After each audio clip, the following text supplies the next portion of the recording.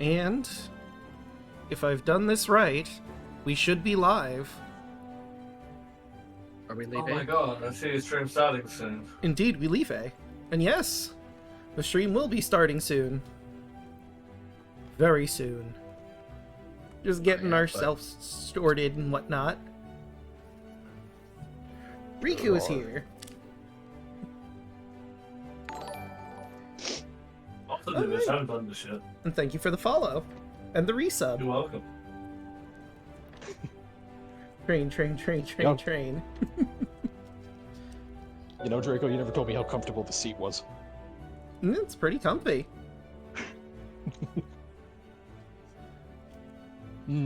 Just like Strahd from his throne, I can enjoy my bugles in peace.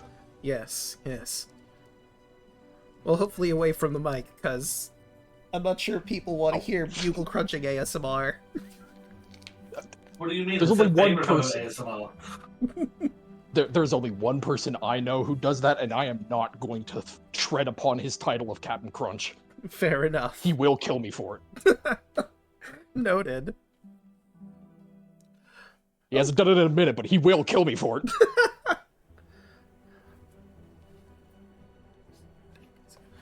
Alright. Yelling will be here momentarily.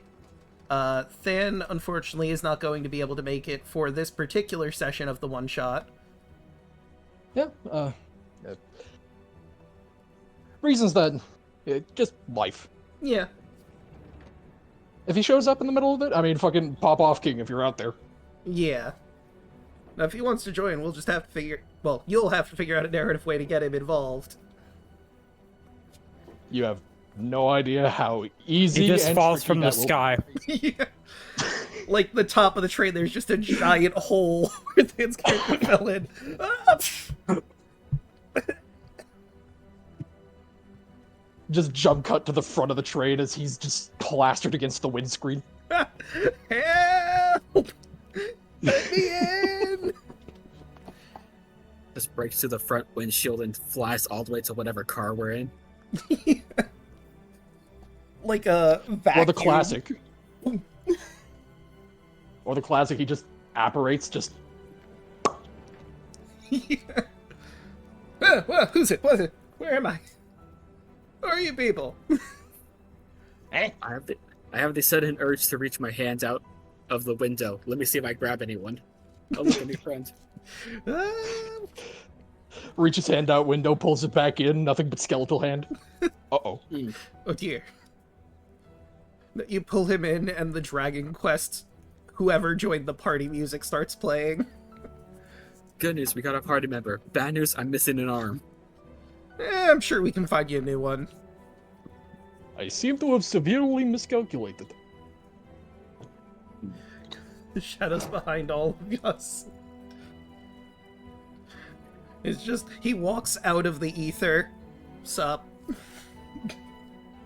So... in either case... Considering that, I'm sure this might be a surprise for a few people here. Hello! Good day, good evening, And good good night. morning. Happy times up.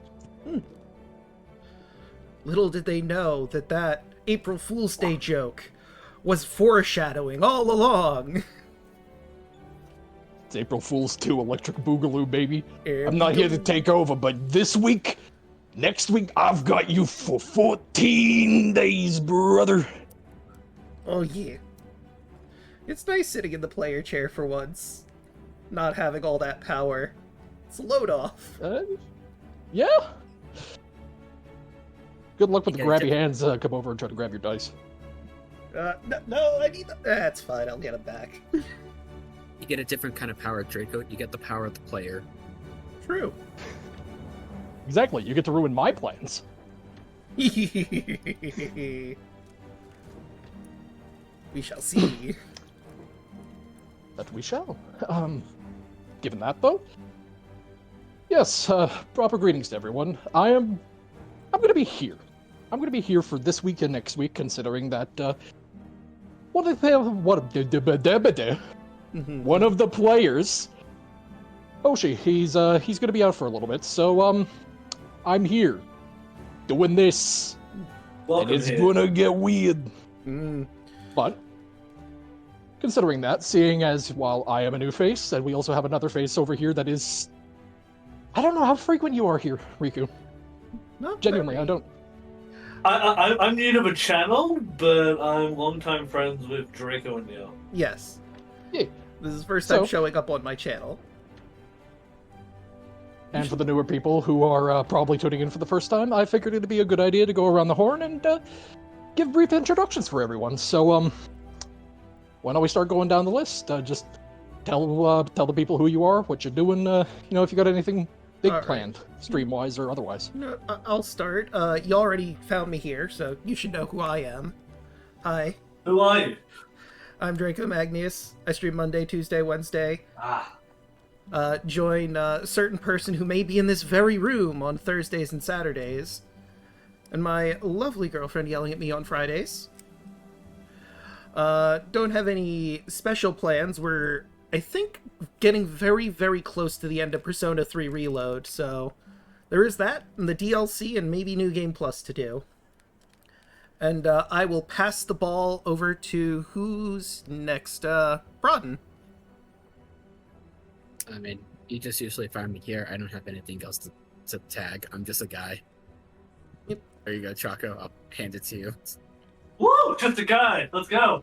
Yeah! Hello everybody, I'm Chocolate Zombie 101. You can find me all over social media as any form of Chocolate Zombie 101.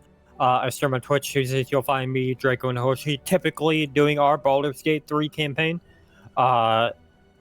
in Dishonor mode, and Wednesdays you'll typically find me here on Draco's channel for D&D, either Crooked Moon or this wonderful one-shot provided by Mort. And earlier in the day on Wednesdays you'll find me on twitch.tv/Twitch the person for our Power Under Cyber Strike campaign. Riku. Let's go. Whoop whoop. Hey everybody, I'm Riku. I am the one, the only, the amazing Riku. I am here as a special. Yeah. Deal with it. I am here today as a special guest on the one show provided by Mordecai, I do believe. Yeah, come join out my Twitch every once in a while, where I do a variety of games. I play with Yelling and Draco Mega Man, which we are almost finished with the first game, and we'll be starting game 2 very shortly. And on top of that, I will be starting a playthrough of Tomodachi Life on the Nintendo Switch. So if you're interested in that, come check me out. Ooh. Yes. I guess we would pass it unfortunately, to Yell, but Yell is AFK at the moment. It's okay. I can totally do Yell's voice. Okay. Hi, I'm Yell. Come check out my Twitch. I love to do I love to do critter 3D rendering models. I love to do drawings, and I play Pokemon with my lovely boyfriend Draco on Friday night. This is going to be fantastic. I can't wait for one of you to get splatted like a fly. I think I did Yell pretty well. Yes, the Gary Gygax method. I know it well. You approach the door. There's a shotgun. Can I do anything about it? No. Can I avoid it? No. It shoots you. You're dead. That's for playing. Jeez, I didn't think we were playing Hey. Tuba Horrors today. I think I could take one shotgun attack. A second one? No. I I can just do stopped myself from one. saying something really bad there, considering we're live. Sadly, shotguns come in double barrel variety, so you would probably get those 2 shots. Correct. God dang it. Getting double teamed by the shotgun. It's truly tragic.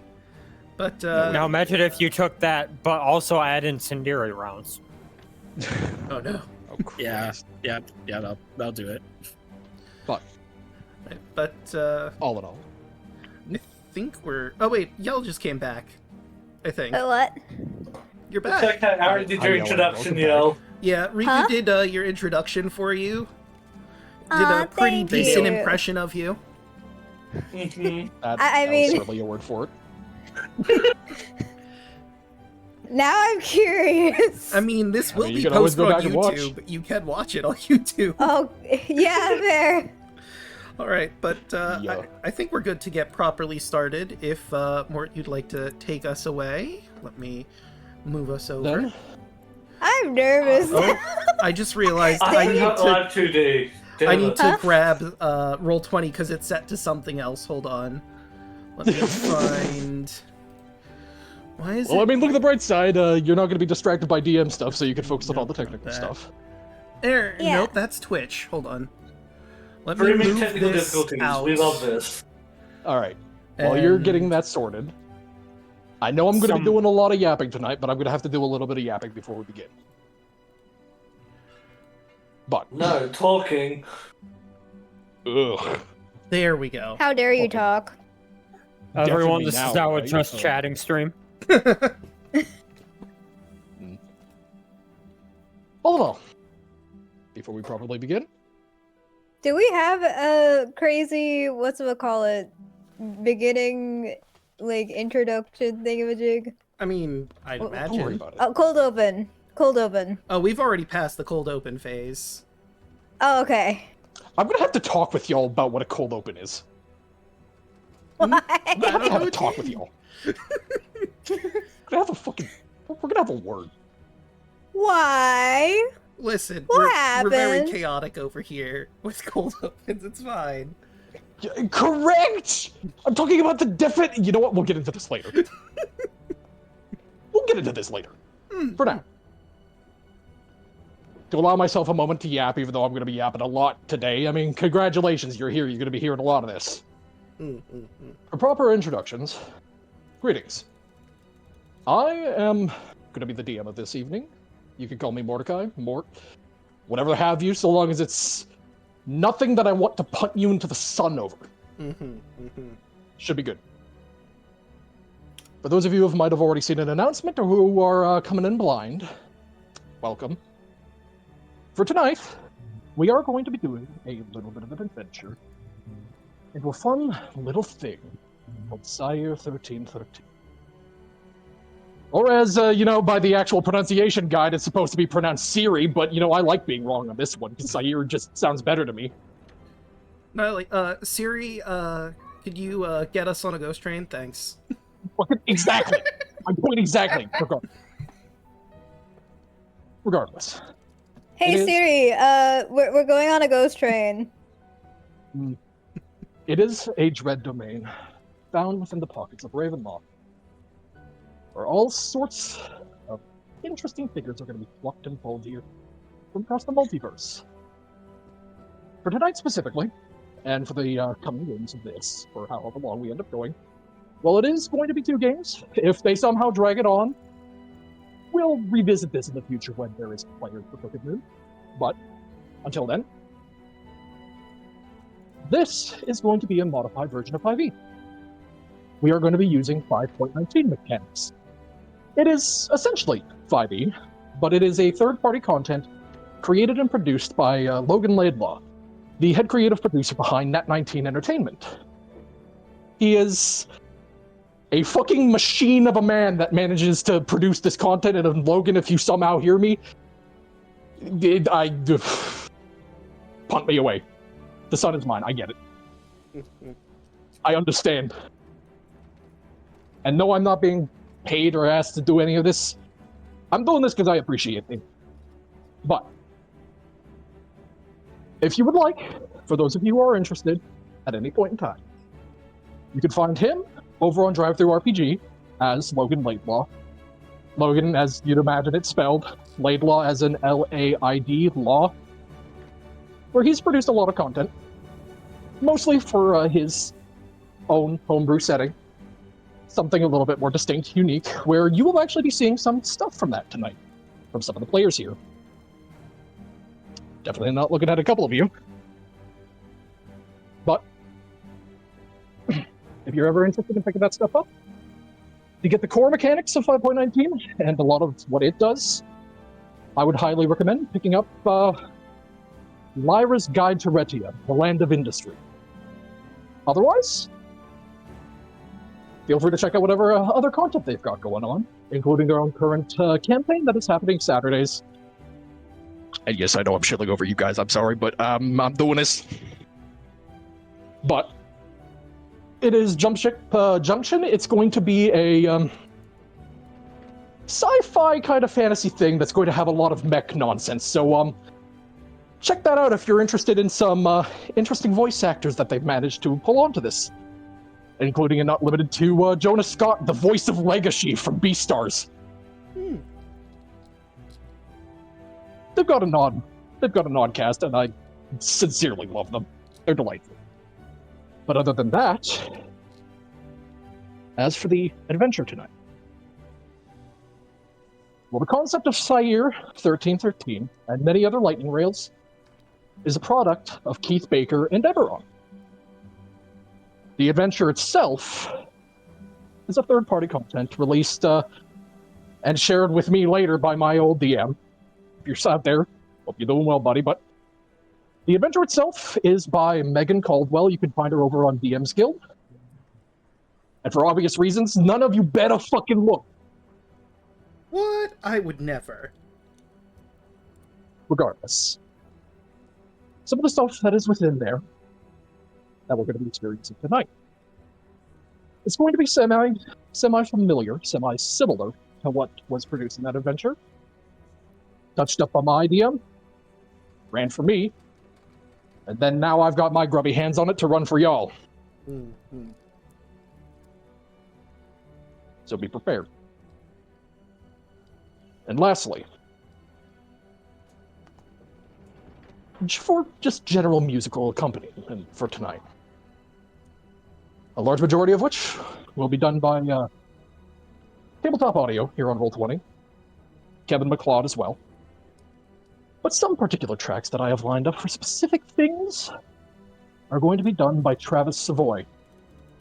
So if you ever want some, TTRPG music, go check him out on his YouTube. He's got a lot of great TTRPG themes for it, including songs themed for specific modules. Ooh. Like Curse of Strahd.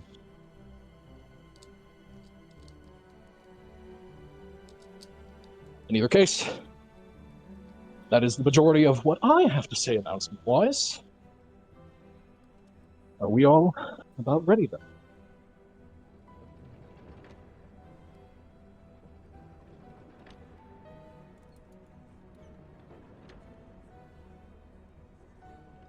I'm going to take the resounding silence as a tentative yes. Yes. Oh, whoop, yeah. Oh yeah, I was we're just ready. waiting for you to start. We are ready. Fuck, just in the background. Building dramatic tension, you see. Take us away, storyteller. Yeah. Then in either case...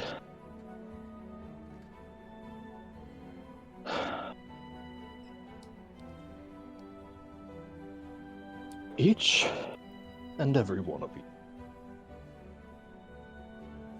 You had a life. Something familiar. Whether that be the ever-familiar sights of the Sword Coast, and its sparkling, gleaming water, its distant towns, and its myriad of problems. The thick jungles of Chol, the artifice overrun landscape of the political intrigue machine that is Eberron. Or even somewhere far off, a little bit more obscure. Places that can only live in the minds and dreams of those who wish of something grander, the morose darkness that cloaks the edges of their reality. You all, for one respect, from your own generalized pockets of the multiverse,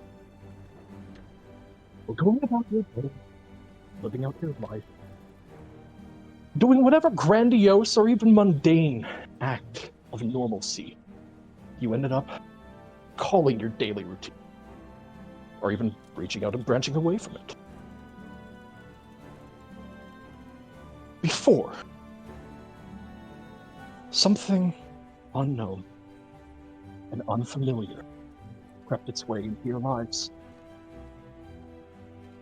A thick penumbra of fog and mist, roiling in of itself, turning over and climbing through any preternatural orifice that could be allowed in the natural world.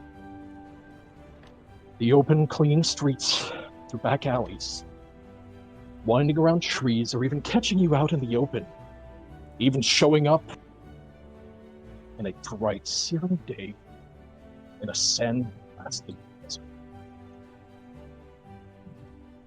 It shows up, and the last thing you remember before it all went gray, dark, cold was a pair of lights that screamed its way through the mists, parting briefly. No sound. It was all too fast, far faster than you could have imagined or reacted. For you felt a cold embrace and found yourselves here. At least, wherever here may be, is something that your minds have yet to really ascertain. And for the first roll of today, I'm going to need everyone to make a Constitution saving throw.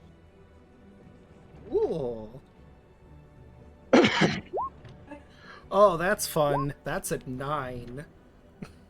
I probably said 18. you cheap public there, yelling.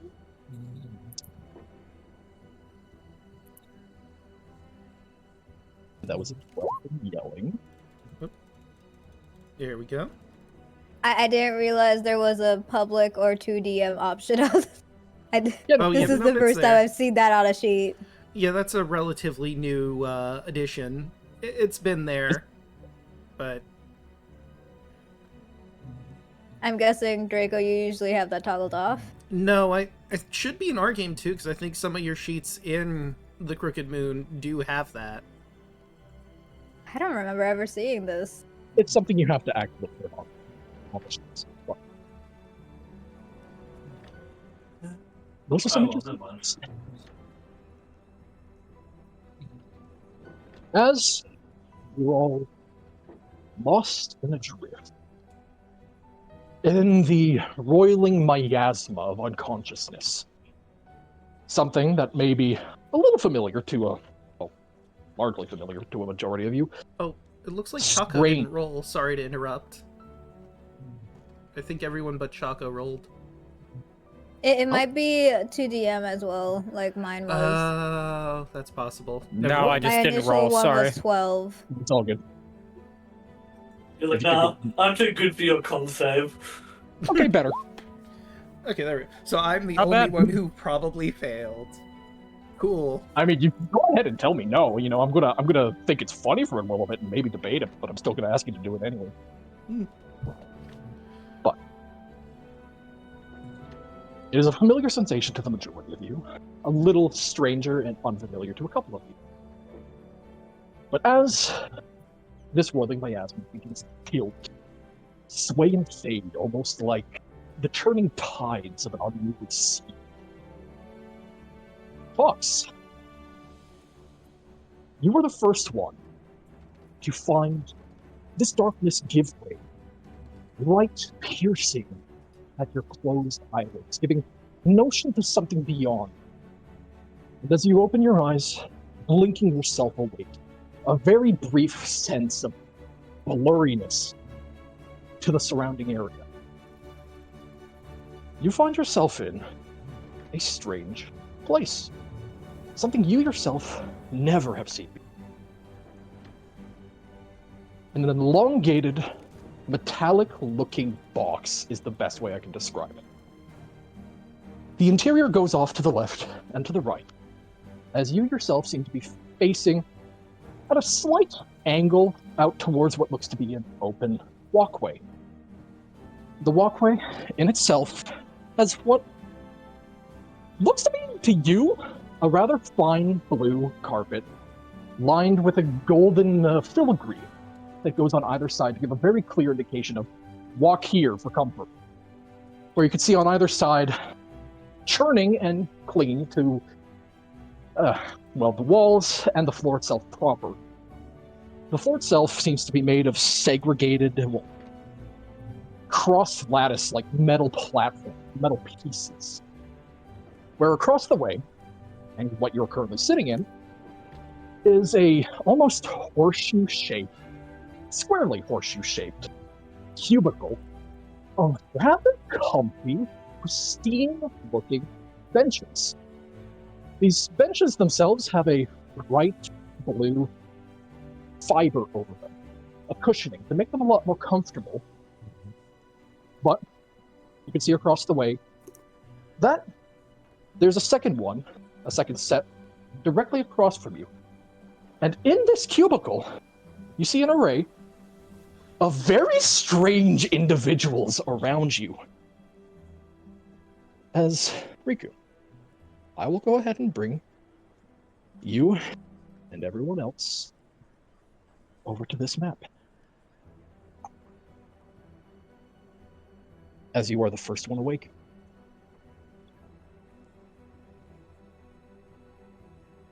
All right.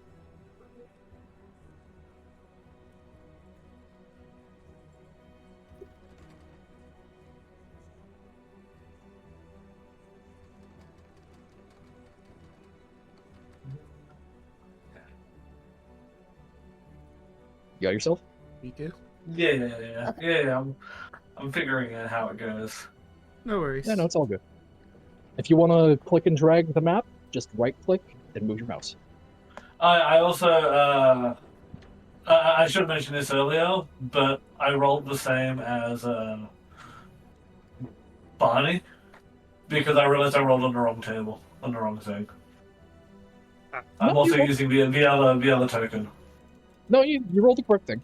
Yep. It's the same bonus. But the first time he rolled his weapon. Oh, is it the same save? No, it's not. For my other one, I have I don't have any bonuses in con. Oh. The other fall. Yeah, but if you're trained in con save, you do have a bonus from it. Well, regardless, I am the other token. Just FYI. I'm sorry, what? Now I'm even more confused. I'm using my fox form. Your Constitution save is the same in both forms. Okay. Well, yeah. Okay. Cool. Well, yeah. Like I said, I guess I'm in the fox form. I can see Barney. I guess. Sorry, I don't know the names. Well, yeah, we haven't introduced each other yet. Yeah. Oh, okay. Well, I see. I'm guessing I see the. Actually, I'll ask. Which one seems most fidgety, like as if coming to? Well, at the moment, even having a cursory glance around the room, looking across the way at the other side of the cubicle, you can see the much larger, much more massive form of this purple-looking dinosaur folk. Seems to be in the process of stirring. But there's also one other thing that you notice immediately, is that this is something that you're not used to. You can feel the world moving past you, even though everything around you seems stationary. Okay, I walk over, I guess. I forget how to move. Sorry. First time using Roll20. You should be able to click and drag and drop your token. And you can also, if you want to show the direction, you can click, drag, Right click. right click, and then drag like that. My bad. Point is, I jump onto the dinosaur and with my paw basically pat at its face to wake it up. Okay. Bird. in like a curious type of, you know. So, Bird, as you are feeling your consciousness start to stir, the darkness beginning to dissipate, you feel a small hand just tapping you in the face. You see this large purple, I believe the type of subspecies would be considered a theropod, more or less a Tyrannosaurus. The eye kind of just like snaps open and makes eye contact with you, and like the pupil like dilates into like a slit. You're a curious one, aren't you? I'll pound back cautiously now that you're awake. He'll slowly sit up. The sound of creaking leathers and not really too much. Like, he's actually not really wearing a lot of like armor equipment. He's mainly dressed in like more like cloth and rough leathers and like feather adornments. As he just sits up, cracks his neck. Tell me, little one, what is this place?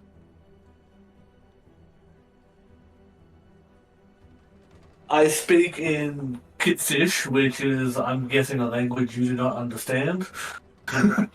So, as far as from your ears can understand, I am speaking gibberish, but in like small squeaks. The best way to describe it for you, Bird, this small, almost child-looking I am a individual- fox. I am a fox currently. Ah, you are currently a fox? Ah, gotcha. I am currently a fox. All right, let me go ahead and fix that for you then, real quick. That's what I was saying. That's about what the he was token. saying that's what he was earlier. saying, yeah. Okay, good. I misunderstood what you were saying. Apologies. It's all good. There you go. Go. To stand corrected, you now see, well, more specifically, you see a small fox yipping up at you. What does the fox say? My abilities! Bird, It's squeak, squeak, squeak. Seeing that this is just a fox, he's gonna respond in his own tongue, which may stir other people awake as you just hear like a low growl with kind of like a clicks in it, basically trying to speak animal to animal. But obviously, you wouldn't be able to understand it. Just imagine the T-Rex sounds from Jurassic Park, like where they're like the low rumble, just the low rumble. Ah, like that. The train rumbles from the T-Rex roar. No, he doesn't roar. He's just doing like the low like exhale grunt, which probably will wake up the next person in line. Yeah. As you're letting out this deep, low grunt, this bit of just a rumbling in your chest. This fox yipping. Ace, your eyes just suddenly flare open as you, in the brief second that it takes you to take in the surrounding sight, the light filtering and blinding you for half a second before readjusting, as you see immediately across from you a large purple dinosaur folk currently giving out this little bit of a low rumble and a small fox yipping up at him.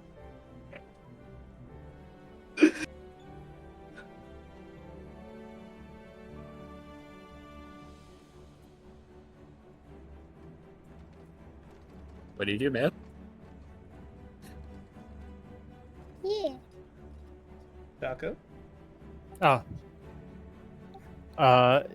He kind of like he swings his legs out to stand up, kind of lets out a slight stretch, and just kind of sits up and just walks over. He's not saying anything, but he's just kind of like he's just kind of like just watching them intently. So the two of them would see this individual clad in like white and red and black leathers and like an overcoat and this cowl just kind of walking up to them. You can almost swear you hear the sounds of like stone and wood grinding as he walks up and is just kind of like kind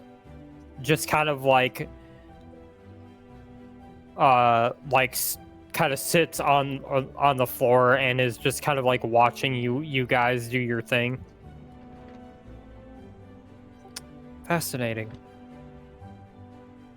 I don't think I've ever seen anything like this before. You're awake then. Good. Someone who speaks the common tongue. Tell me, do you know where we are? Your guess is as good as mine.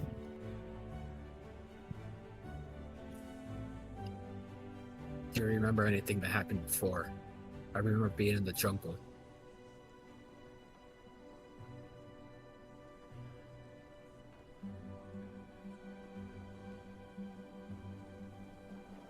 Draco? Oh, all I remember is I was on my mission, and next thing I know, I'm here. No idea how I got here.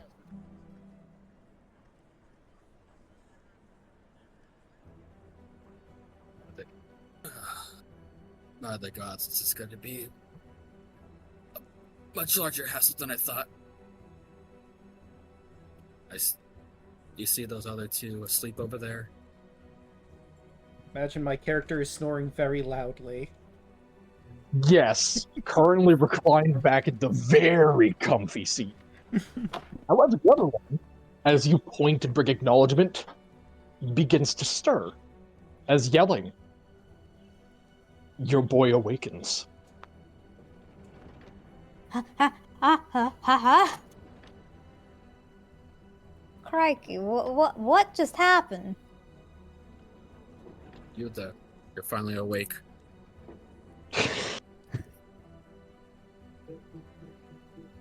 As you see the large purple Tyrannosaurus pointing at you. And Antonius immediately goes into the corner into a arched back position as if he's about to say. You can imagine the cat, right? Right. Like a cat being scared by a cucumber? Yes. Great, we got it. Burn will just look towards Chaco's character and just be like, great, we got another animal to take care of. This one doesn't seem very intelligent. Mm. At least the little fox here seems to be communicating somehow. I just don't speak fox. Completely ignores the crikey in the beginning. Okay. Yeah. He's completely disregarded you now. You can tell he immediately lost interest as soon as you ran away. Damn.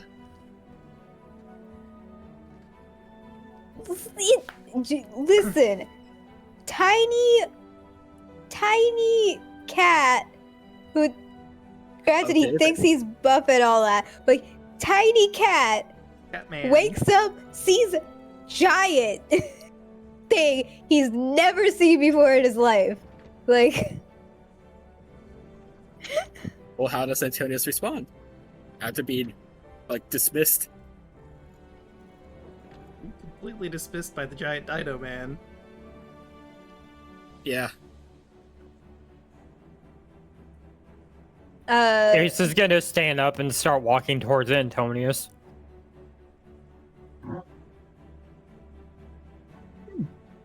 do I wanna, first thing use, bardic stuff? I mean, that's up to you. Do I want to just... I mean, for what it looks like, it seems like Ace is just calmly walking up to you. Yeah, he kind of he walks up, does like a squat, and just says, "Don't worry, cat. We're not here to hurt you. If I was here to hurt you, I already would have." And he just kind of blinks. You're not the person I care about. Continues stance towards giant dinosaur. So it does speak. And it's just like, well, I tried, and then walks back. Well, I give up. Maybe this is a test. Maybe I'm supposed to like spar with them already. Oh man. I seem not getting stronger paid than I enough for last this. remembered.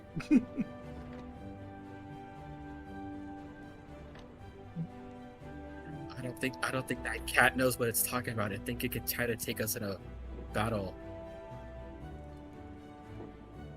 It is way too puny. As you're all talking amongst yourselves in this brief moment, you know, Ace, you making your way back as Antonia seems indifferent and a little bit like a wallflower in this moment of, all right, no. Annabelle. You are unfortunately, the last one to awaken here. Right. So As you are stirred not by any particular step, nor any particular movement or jostling of the car itself, as you can guys, occasionally, it is very faint, but occasionally the car does slightly shake.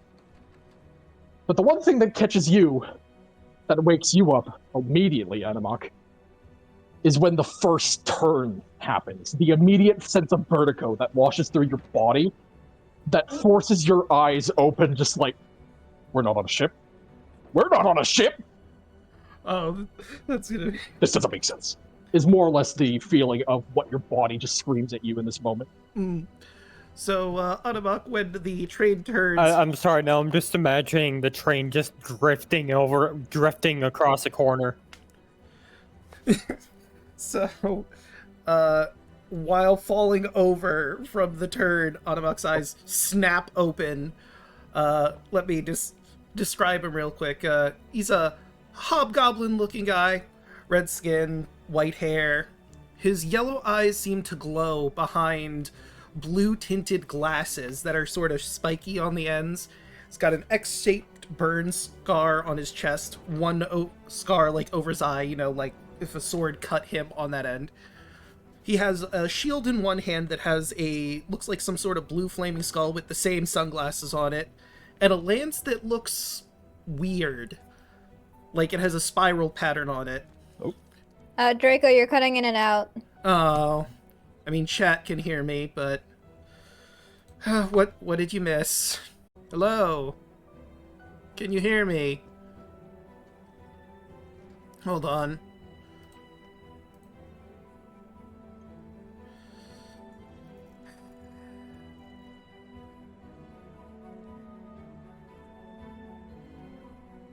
Can you hear me? Yes. Yes. Okay, for some reason the connection on Discord is garbage for me right now. Okay, you know what? Hold on. I'm going to do something real quick. It's going to mess with everything a little bit. However, just give it a one second. You're probably going to disconnect. My Discord connection just, I said it just fixed. It turned green and then went down to yellow.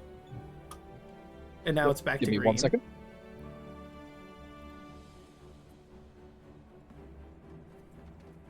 There we go. Jack 1, 2. Oops. Can you hear me? We all good? Yeah. Yep. I set the VC's regional server to I overrided it as opposed to it being automatic, so it shouldn't fuck with your connection too hard. Okay. That might mess with Riku though. No, I know. Don't worry. If it becomes Okay. too much of a problem, I currently have it set to US Central. If it becomes a problem, I'll set it to US West. Okay. That's fair. Alright, Alright. we'll see how Sorry. that Continue. affects things. So, We did got you the majority actually of what you hear? said. Okay. So, He's got a blue cape with light blue flames on it, brown pants, weird belt, and like bandages wrapped around like where his stomach is. And as he snaps awake, he jumps up onto the seat. The purple dinosaur and the counting goes, what's going on here? He's in the middle of a battlefield. Ace, whose name he doesn't have. Listen, guy, we gotta get out of here. These beast folk are... They could be seriously trouble. He's got his shield up and his lance at the ready Ace immediately. just looks to Dinosaur and... Ace just looks to the Dinosaur Man and the Fox and just looks back to this red individual and just kind of says, I don't know, they seem fine to me. Oh, you're finally awake. Yeah, what did you do? Okay, so you have Where am I? senses too, right? You get... Where? You understand what might be happening. All right. I walk over, and it's like we might be able to take them on if we work together. He's a little jarred at you. He's like, listen, I assure you both. There's no enemies here. can I have you roll a persuasion? He's a bit frantic at the moment. Is Me? that okay? Okay. No. Well, you and Burn. Only if you guys are okay with it, of course. Yeah, exactly. Well, I rolled, so 24. how the heck did you? Listen, I'm a charisma character. Even though I'm a charisma character, that's all you gotta know. He's going to slowly lower the How are lance you and more shield. charismatic? Well, in this attack of persuasion. I mean, you have a +7. It is better than Bird's. You're fine. Curious. But You don't look like the hobgoblins from my jungle. no, I'm Yeah. like part angel or something. I don't know. I never knew my parents. Sorry, I was in the middle of a battlefield when this bright light came out of nowhere, and we were fighting against people kind of like you, so it's a little jarring, to say the least. All right, hold up. Where the hell are we? Real quick. Mhm. I'm gonna change one more to US East to see if it helps. Okay. Okay. Because you're good for the most part, Draco, but I'm noticing a little bit of hiccups here and there. Worst case, do the thing I suggested in DMs. How long is that going to take? And this is the first I'm hearing of that thing that you brought up.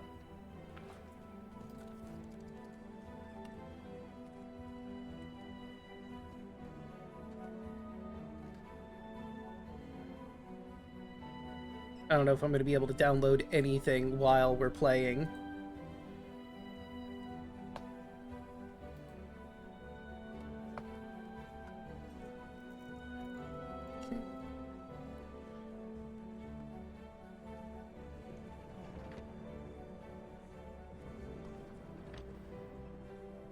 I gave Oh him a smolder. no. Hello? You know what? Oh no. If there were ever a night for technical difficulties, this is certainly the funniest one. Welcome Oh, back. you. He's alive! Hello? Don't go towards the light, Draco! I mean, Your character can go towards the light. You're not allowed to yet. Okay. okay. Hello. Hello? Can you hear us? I can hear you just fine. Can you hear me? Maybe check your actual. Yeah, maybe Yes. check Yeah. your microphone connection. It might not be like an actual server issue. It could be a connection issue. I mean, Yeah, because it's just Draco that's doing that. it looks like it's my connection, not the microphone, because it's in the red again. And, like, I tried to grab that thing that you sent to me, but, like, it's not loading. I think too much is happening on my computer at the moment for it to properly load in for me to download whatever that was. You try leaving and coming back again. Maybe that would help. Hold on. Can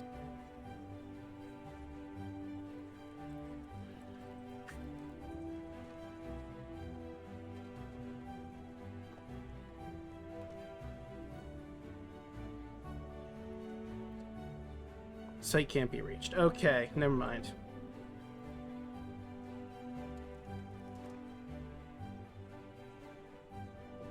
And it's not letting me back in. Oh, wait, no. Here it goes. Just being slow. It's being really, really slow. Okay. I'm back. Can you hear me? Hello? Yeah, we can hear Yes. you. Okay. Yeah, Yes. we can hear you just fine. I think the thing is, you're getting delayed audio. Everything is a little delayed on your part. Exactly. Okay. Yeah, that's very delayed. Yeah, I'm in the red. So let's see. Can you double check your router connection again? Check your router connection again. I mean, it says I'm Because connected. that's been like several times that's been issues, so if you just plug it in, it might disconnect stream temporarily, but Okay, so you're Yeah, saying if you need to actually go- disconnect my router. Okay. Yeah, it's Hold on. disconnect, one sec. reconnect your router. it might be worthwhile to go do that real quick. Yeah, okay, I'm gonna do that. I guess I'll be back. The game has that, like, It would be the premium. I have no idea if it's a premium feature or not. It most certainly is, and if it's not, it's a portal feature for like some of the newer stuff for like 5.5. Okay, And this I is a legacy should game. be back. Uh, Hello. Back The from the Draco has returned. And it looks like my connection is significantly better, so I guess it was just the router being a little fucky. All right, all Yeah, right. seems like it. Okay, so... Okay, let's get just back in. for sake of ease, Mm-hmm. just for sake of ease, so that we know exactly how big the delay is, if it's even there anymore.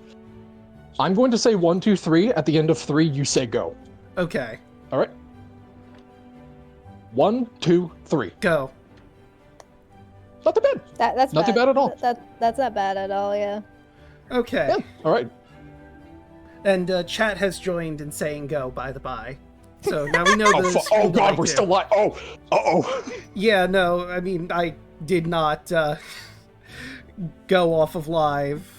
I just kept it running while it was resetting, basically. So we're Well, good. it's a good thing we didn't say anything problematic. Yes. Why would you think you would say something problematic? Sometimes dark humor get wild, dog. I don't know what you like. What do you want? Mm. Right, regardless. Okay. Well, All we right, all good to boys, go? take 2. So, Animac, So- now understanding... Oh, sorry, go ahead. No, it's all good. It's all good. Real quick, just to be sure. Mm-hmm. Broaden, you good? Yep. Yelling, you're good? Mhm. Jocko, you're good? Yes. Riku, you're good. Riku? Riku? Riku. Oh no. Did we Did lose we lose Riku? the Riku? He might have stepped away. He might have. Well, once he's Draco, back, did we can get say back that to at the same time? I don't think so. Did we lose the Riku? No, I think I was just slightly behind you in saying it. Do we want to wait for him to get back, or... I mean, it might be worthwhile. Okay. Okay.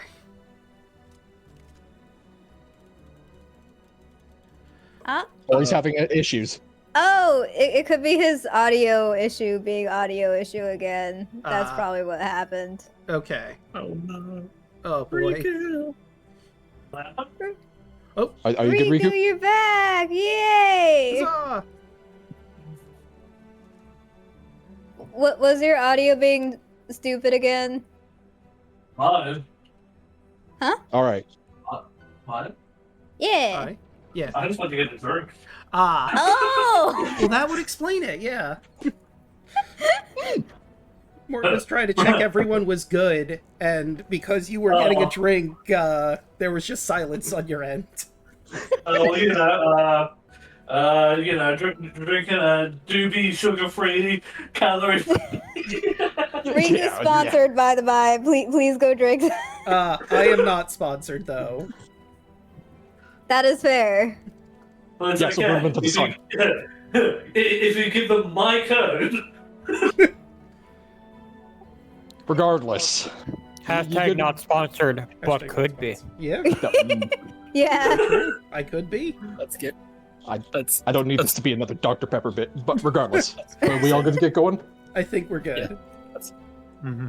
All right. 3, 2, 1, break.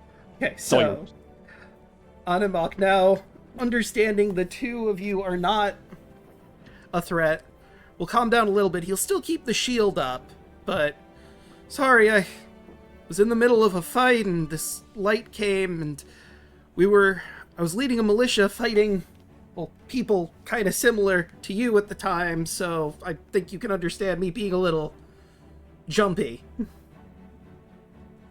That's odd. I don't recall any of my people being at war with hobgoblins. Well, I mean, it was beast folk in general. Some were cats, some were dogs, some lizards, a couple birds. It was like a union sort of thing.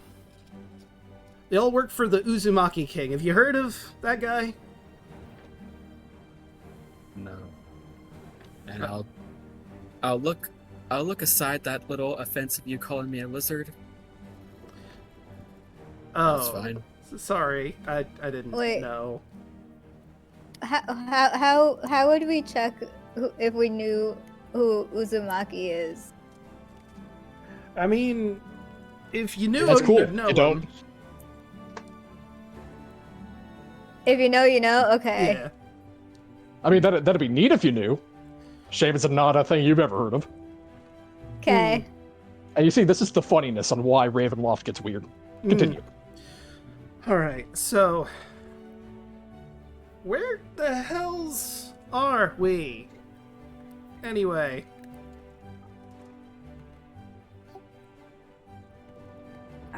Are we in a metal beast? Well, if we are, we're gonna have to fight our way out if it's a beast. I'm willing to do that. He turns, like, the handle on his lance and it starts to spin a little bit, like it's revving up. Rev up those fryers. I can get us out of here if we need to. Through a wall or something. I highly doubt that. This doesn't seem to Antonius be a beast. backs away. This seems to be a machine of some kind. I don't know too much. All I know, this is obviously something mechanical in nature. But it seems to be Would- going somewhere. Would Antonius know what a machine is? I mean, I feel like... I mean, Antonius would have heard of constructs, yeah. That's fair. but that's about it. But would he know that a construct is a machine? Or it can be, like, similar concepts? He would know that it's similar, yes. At least he would know that it's constructed by someone. In a similar way on how a building would be made. Okay. Well, I don't know where this train is going, but I gotta get a battle to get back to.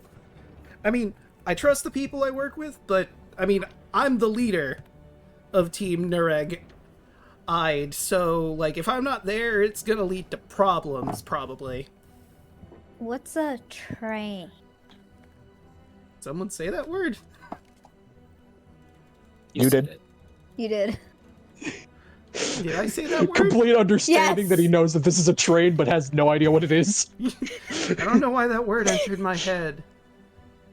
That piece of paper by your foot. Don't you see that paper But- on your foot? Oh. If there's a convenient train ticket, I think he would be stepping on it. Yeah. I mean, he did just hop up onto the seat. He has not gotten down from standing I mean- on this seat, by the by. funny enough, But he is more there relaxed. actually is a ticket underfoot. Huh. Animek will grab the ticket and look at it. Yeah, you see it plain as day in this. Oh, the best way I can describe it, it's kind of like one of those weathered, almost like tea stain patterns, kind of like small tickets, Ooh. where you could see the patterning of what looks to be this rather intricate looking, almost. I mean, you said the word train, but it's a bullet train. And the best way, to describe it. Look at the fucking thumbnail, look at the background. Mm-hmm. You see the stylized version of one of those, where you can see Ticket to Ride.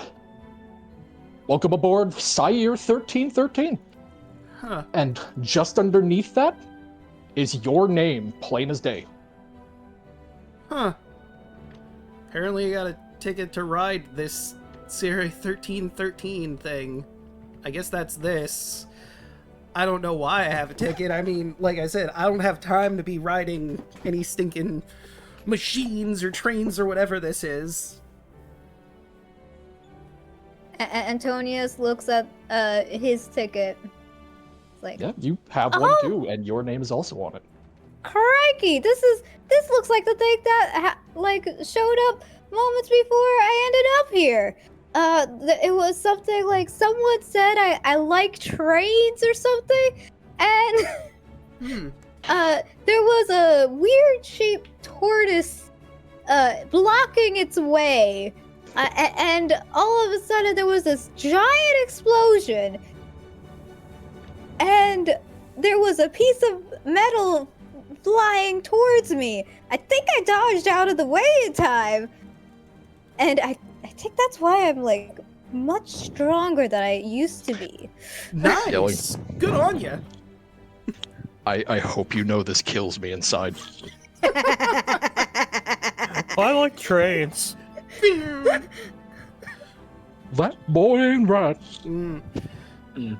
Anamaki's just looking at the cat man with respect now. Hell yeah. I mean, I wasn't able to dodge out of the way because, I kind of got blindsided, unfortunately. But if I wasn't, I would have dodged out of the way real cool, probably. But as you're talking, having recently debated property destruction, and now talking about tickets, I guess, and how you got here, you all hear the clear sound of metal sliding as the door at the far end to the left slides open, and stepping into the car itself, you see a moderately sized looking human man is the best way to describe him.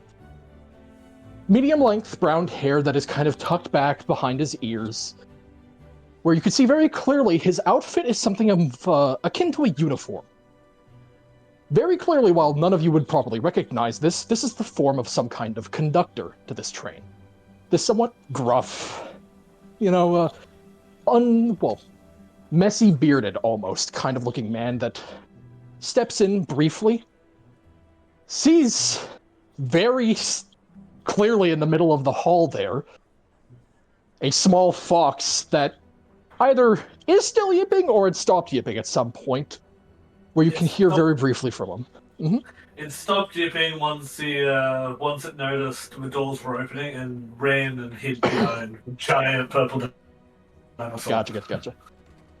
As he steps into this car and takes notice that people are active and moving, you hear very faintly, and he starts making his way towards you all up the car. Good day to you all. You're all awake. Wonderful. How do we get off the train? I've got business to take care of.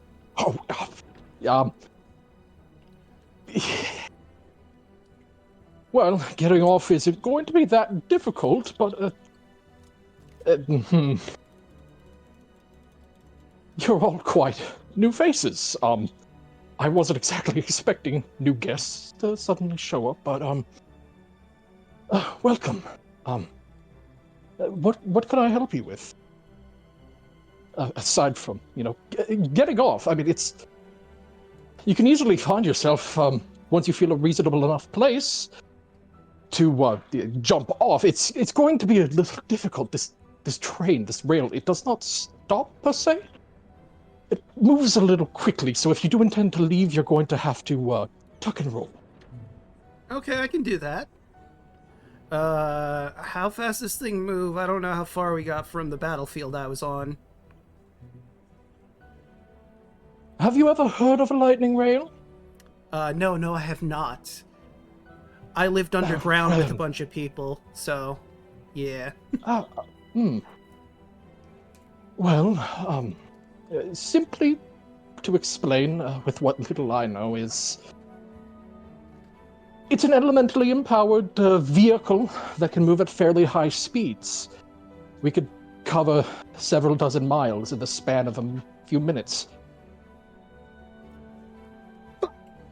So he goes from the standing on the cushion to a more seated, relaxed position.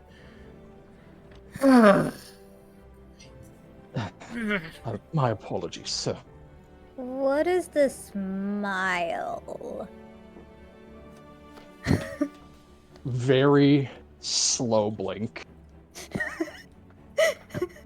Are you familiar with feet? I mean, Looks not at the one- paw. Oh god. Please just I was stop. about- That was an idiot. getting that. I thought I was. I was about to say, not the ones at the end of your legs. But Tell me, sir. If this yes. machine does not stop, how did we get on? Some people end up being brought on. I take it then none of you deliberately boarded? No, not at all. What's It is- boarded? He means got on. the rail. Yeah. Yes. And I know what he means. I'm talking as Yes. Hmm. He's going to slow pan, look his head over towards Burn, Ace, and the little fox.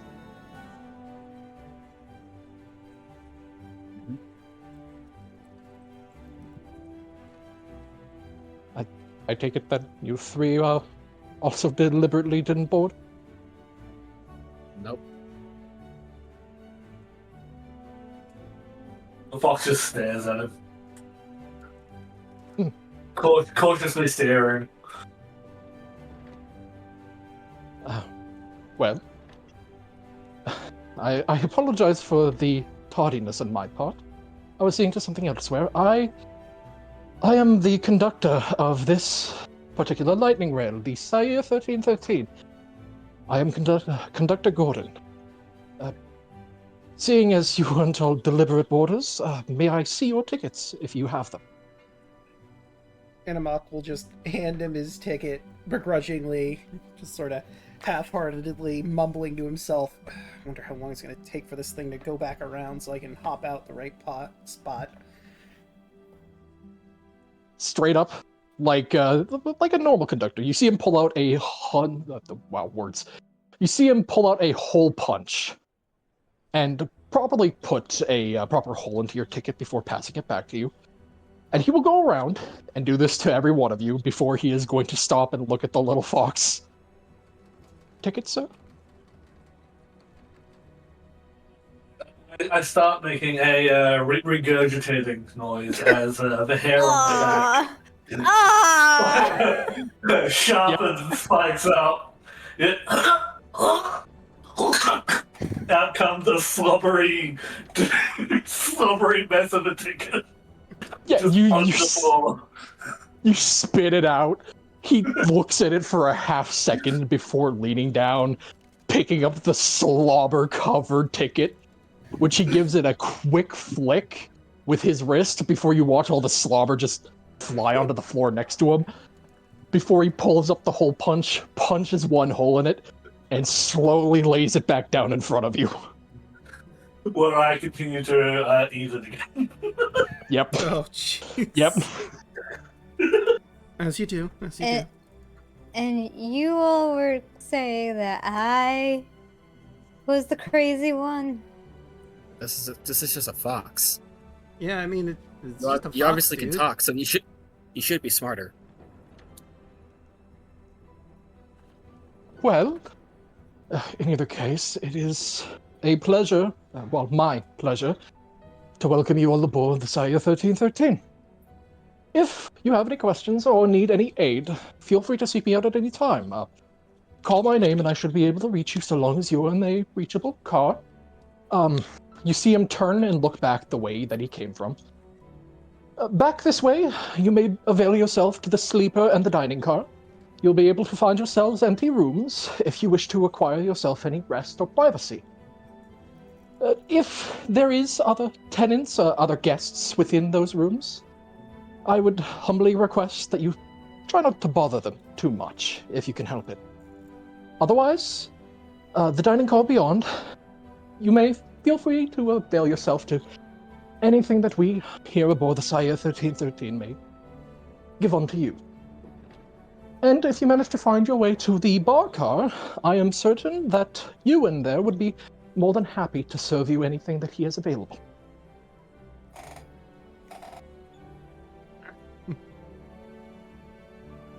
If you are looking for departure at any time, I may be a frequent rider here, but my exact knowledge of where this would deposit you is askew. There are two gentlemen in the dining car that may be able to help you further. Older men.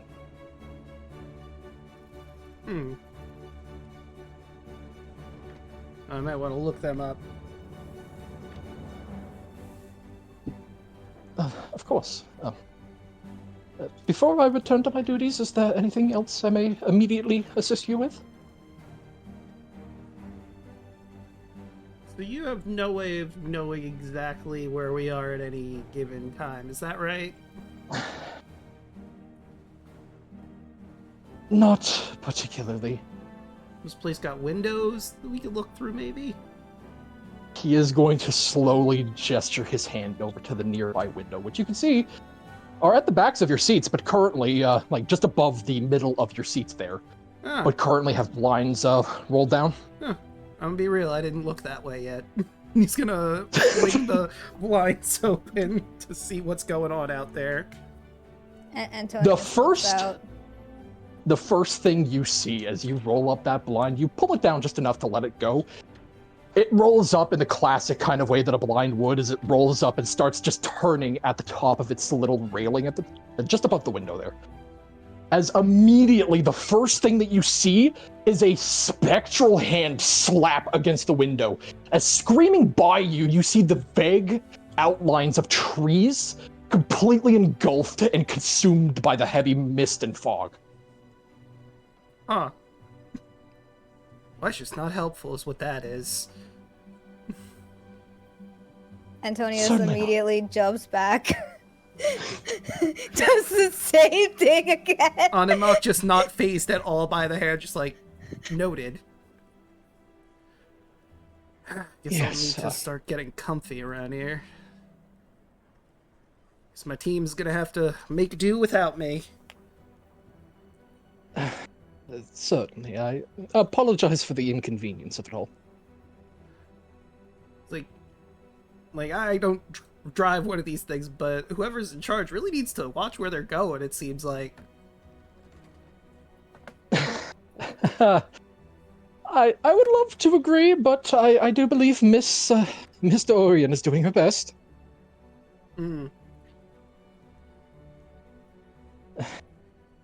Things are a little hectic around here, but I'm certain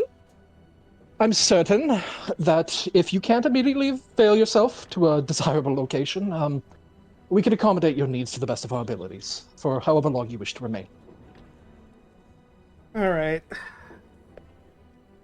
Where did you say the dining car was again? Back that way, as he points in the general direction of where he came. You'll have to go through the sleeper car first. Noted. Alright. It is a pleasure to have you all, and fair warning, if you do manage to find yourself venturing beyond these 3 cars and the bar car, be wary. Things are a little dangerous aboard the rail. Define danger.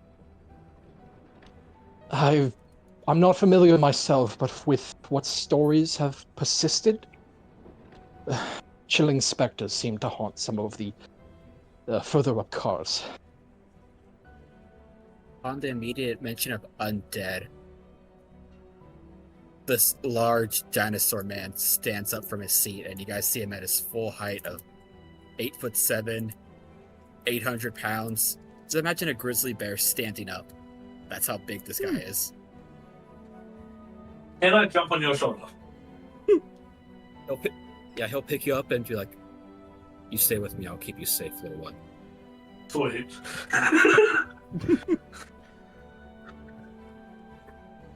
And you will watch Gordon step back and into one of the little alcoves here to allow you space to move.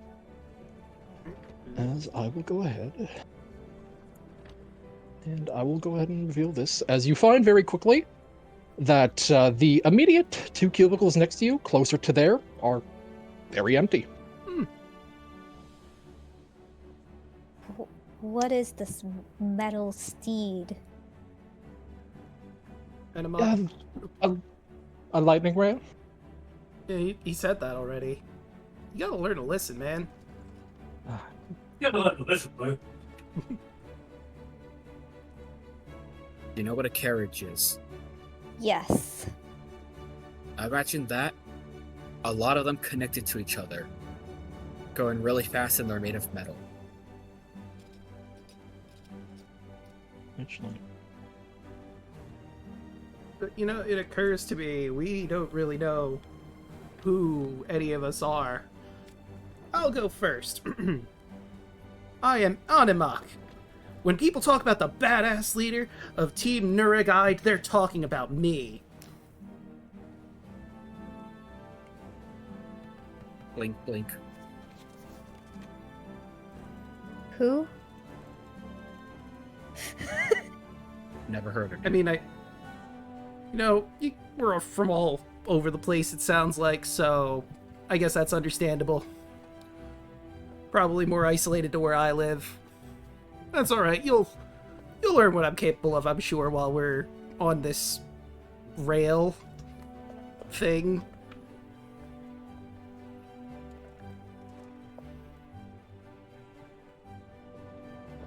So then you can all just call me Bird. I'm a child of the harmony. As you see, as he slowly kind of put it on, pretty much the only bit of metal you can really see on him are these large basically fisticuffs with the holy symbol on the knuckles.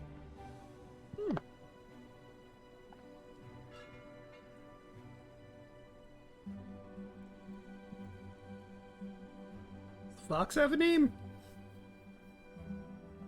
Looks to the fox. Fox speaks in its native tongue.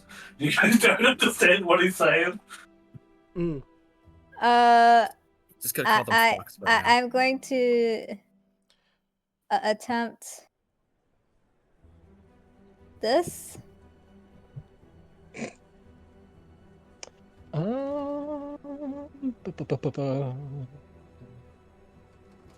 So here's the funny thing is. They can understand me, but I can't understand them. Yep. I can understand common. So that was worthless.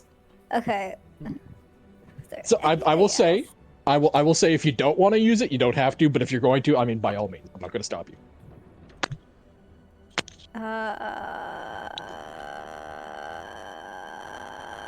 Is there nothing that could help me learn?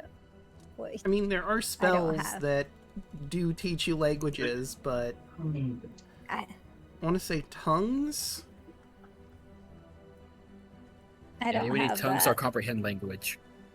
Yep. I don't have that. Antonius knows a lot of languages, but not the one that the monks are speaking.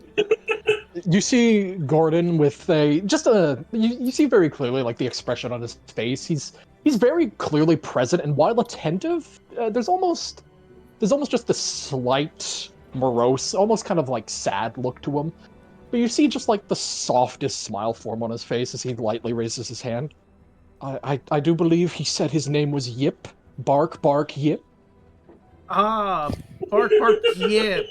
Okay. I'm gonna call you Yip for short. Until otherwise, you are Yip. What about you two? As Burn points to the cloaked figure and the cat.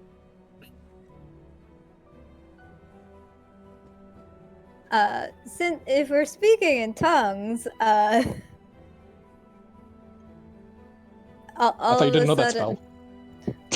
No, if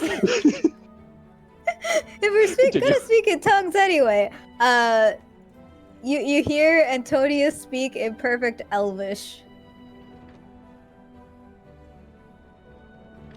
I don't think... Saluve. As Burn my language is carried on. Yeah, you see the dinosaur speak to you in Elvish. Say So, if you wouldn't mind. I would have 3 languages. It would be Common, Draconic, and Elvish. Okay. Swaps over to Dwarvish instead then. Mid-sentence. What did you say in Elvish? Y'all are an interesting group of people, and so since you're speaking in other languages anyway, I'm going to... Oh, you understand, never mind. Swaps over to Dwarvish. Will just start spouting in Celestial if you're going to just spout random languages. It's a fox, it doesn't speak. It can understand us, but it doesn't speak. I mean, I understand that. I just thought we were saying stuff in random languages at this point when that one started spouting in some language I don't know. I'm just gonna call that one cat for right now. What about you, hooded man?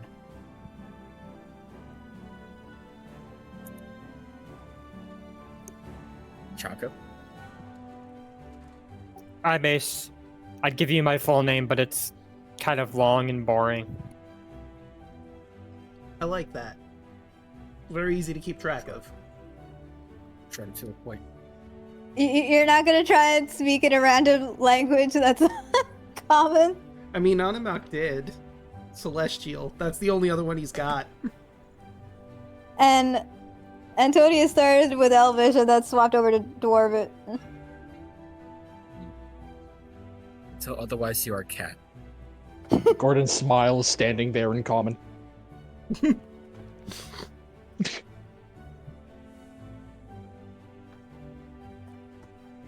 Alright. Alright, Kitty Cat Man. Unless you have a name you want to be preferred, call your Kitty Cat Man now. I like that. Antonius It's so snaps. adorable, cute. I'm a bloody to the backs of you. Not a cat. Do you have a name?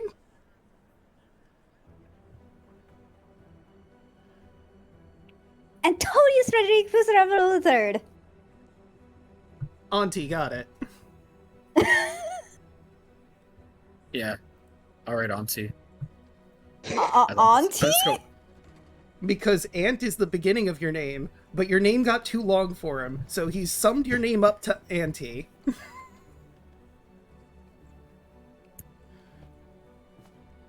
I'm gonna start making my way. You want to play Three Dragon Auntie? I have the ability to play that. If you want to play it, we could try facing off. I mean, that could be fun, but I was gonna go to the food cart and get food first. As you are moving, as of course you make your way past Gordon here, he gives you a very, very polite bow upon making your way past him. But, let me just double check real quick on one thing. Okay, correct. Okay, Anamak, Antonius, and I suppose Yip, or our fox boy, as you are moving through your way, making your way through this car, the three of you catch note of something, as you're making your way on through. The car, not the car, the cubicle to the immediate top, right next to the door. You could see half sticking out of it that has been toppled over onto its side, and some of its contents seem to be like trying to spill out of it. You see what looks to be a satchel. Huh. He'll turn to the conductor. Is that anyone's, or...? Oh, if it was, it's been long since abandoned. Oh. Some things have, they've been left behind by previous guests, other passengers. If you find anything unclaimed, they should have a tag on them if they are claimed. Alright, cool. Then you are free to help yourself. He's gonna just walk on over and look at it, see if there's a tag. No? And as you look at the suitcase itself, pulling it off to the side, the actual, like, satchel, sorry. Mm. You see inside, there seems to be a coin pouch, and what is very clearly 2 potions of greater healing. Yoink? How much money is that? You gotta check? Yeah, I'm gonna check. It is a hefty pouch in your grasp of 350. Damn, okay. And yes, that is gold. Okay, so 350, and he's gonna look at everyone. 1, 2, 3, 4. And as you're counting that, Antonius, in a similar sense, as you're walking past the cubicle that Gordon had stepped into, next to him, you see protruding out of a cracked suitcase what looks to be this strange, almost little-looking medical box. This white box with a red cross on it. I head over inquisitively. It's like, well, what's this shiny little thing?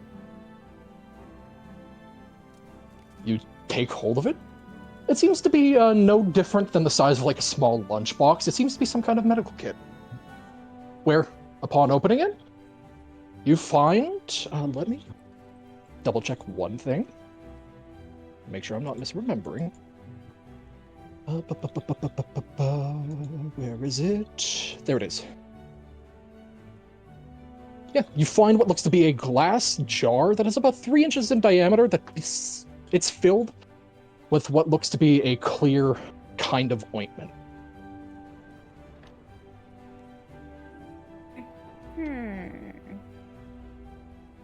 This is interesting. Antonius, can I do a medicine check to see if I can recognize what it is? This in particular would be an Arcana check. Oh, Arcana. As for you, Fox, you actually in particular notice 2 things as you're moving. Should we swap the connection place again? Oh yeah, because Riku said the VC server is messing. Yeah, I just saw the message. Yep. I can swap it over. I will put it to US West. So we'll all disconnect and reconnect for a second. Okie doke.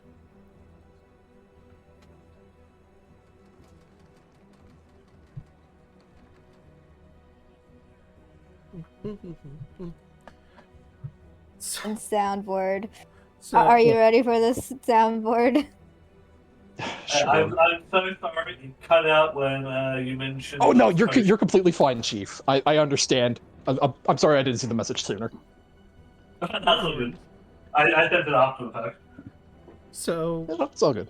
funny enough, if there were 5 people here, we'd each get 70, but one of us is a fox. And I don't think Edemak is going to give a fox some gold, so...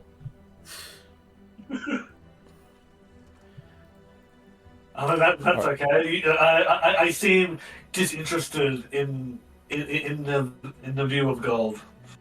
As for you, Fox, as Antonius, you pick up this kit, this glass jar that is filled with ointment. You have no idea what this is. This is clearly some kind of like medical tool of some kind, but you don't know its exact purpose. As for you, Fox, you see, it's a little hard to see initially, as it's tucked in behind a couple of other suitcases, standing alone, but also being slightly jostled in between them. To the opposite side, next to the door, the one to the bottom there, in that cubicle, you see standing alone what looks to be an intricate-looking lantern. But as you take note of it, you hear almost what sounds like a clacking behind you guys as you move.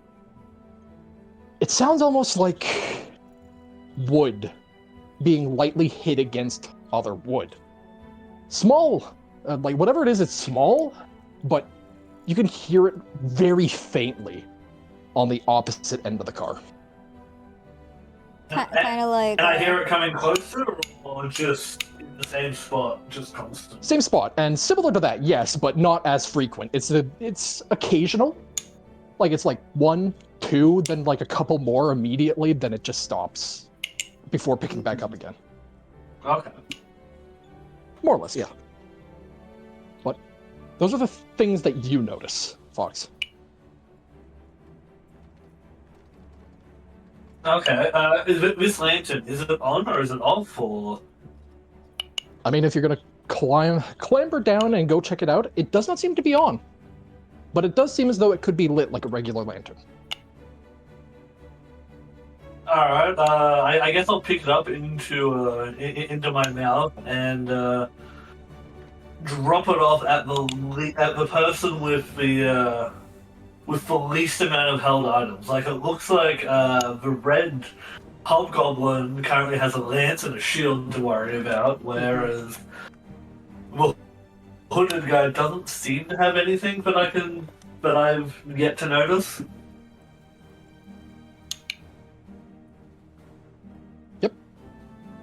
Yep. So I guess theoretically I'll drop the lamp off in front of the red hooded guy. So yeah. Choco, Because, as Ace is... Yeah, as Ace is, I'm sure, going to start moving with the group. Yes. The little fox comes strutting up to you and drops a lantern in front of you. He'll pick it up. Alright. And then I'll jump back onto Barney's shoulder. Sorry, apparently I'm just re-going through my sheet because I guess I miscalculated something. No worries. It's all good. But I mean, if people want to do a perception check or something, like a passive perception on noticing my ears are pointing in the direction of the clacking noise. To see if something's up. My passive perception is 18. Mine is 14. I only have a 14. Well, actually, Or I guess it'd be investigation, maybe? yours there, Draco, actually is 19. Oh. Fun fact, if you have advantage on perception checks, your passive perception gets a +5 bonus. I did not know that. Okay, then yeah, mine is 19. Then. Which is the only reason why the fox here is even noticing this. Because he's the only one with a high enough passive perception to hear it. Huh. Looks like the fox is hearing something. Also, there's 350 gold here. Want to split this evenly, or because that's going to be hard. Also, there's greater potions of healing or something. Hold on to that for. Alright, I'll hold on to those potions. Does anyone have problems with me hanging on to the gold and just keeping it, or do we want to try and distribute this as best we can? I'm sure you're smart enough to count it out. Alright. So, I did the calculations. It'd be 87.5, so I guess it's everyone gets 87 gold except for one person gets 88. And if no one opposes me taking the 88 for finding it, I'll take the 88.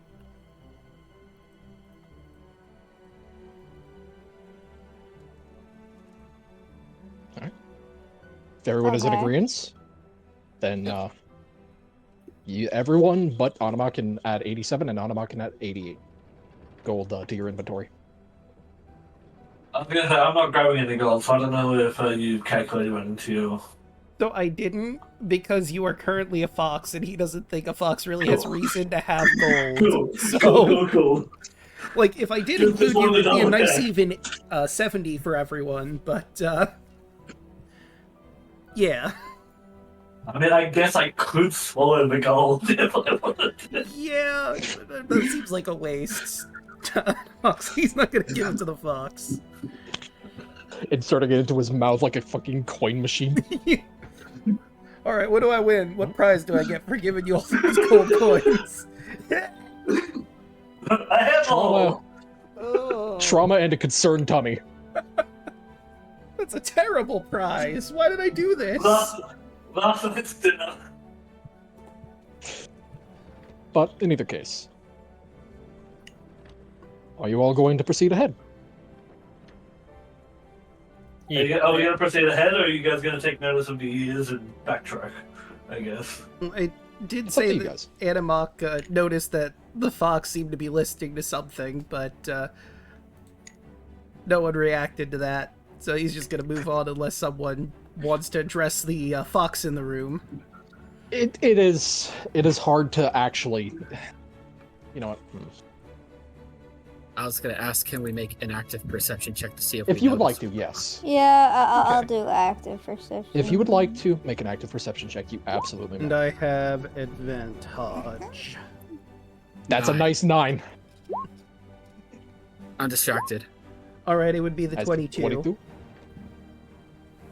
All right, a 20, a 22. Ace, would you like to roll, Jaco, or are you good? Perception, yeah, give me a sec. Yeah, take your time. Nope. Yeah, you have no idea. You're more focused. You and Burn are trying to adjust to this environment. But, as you're saying that, Animok, just like, you note that the fox is acting a little weird. And you and Antonius, both here now at the far end of the car, a particularly loud clacking of the wood pieces together. I'm smacking wood together on the other side of the car. That doesn't seem like something that should be happening. Do we want to investigate that, or...? Antonius is curious. You see him doing like little paw like testing and like a little wiggle of the butt. Right, noticing that. Well, looks like kitty cat... Oh wait, no, Auntie, that's right. Sorry. Auntie seems to be game to check out the wood clacking nonsense. Whatever that may be. Alright. I'm willing to check it out. Could be fun. I'll lumber on by. Alright. As you begin moving by, Gordon gives you all one more slight half bow as you make your way forward. I'm just going to go ahead and reveal the rest of that. It seems to be empty as you start encroaching. But Gordon, as you make your way past, does give one final bow before he makes his way back up the hall, past you there briefly, Ace, before making his way through the door, closing it behind him once again. But as you lot make your way on over, as you see it first, there, Anamok.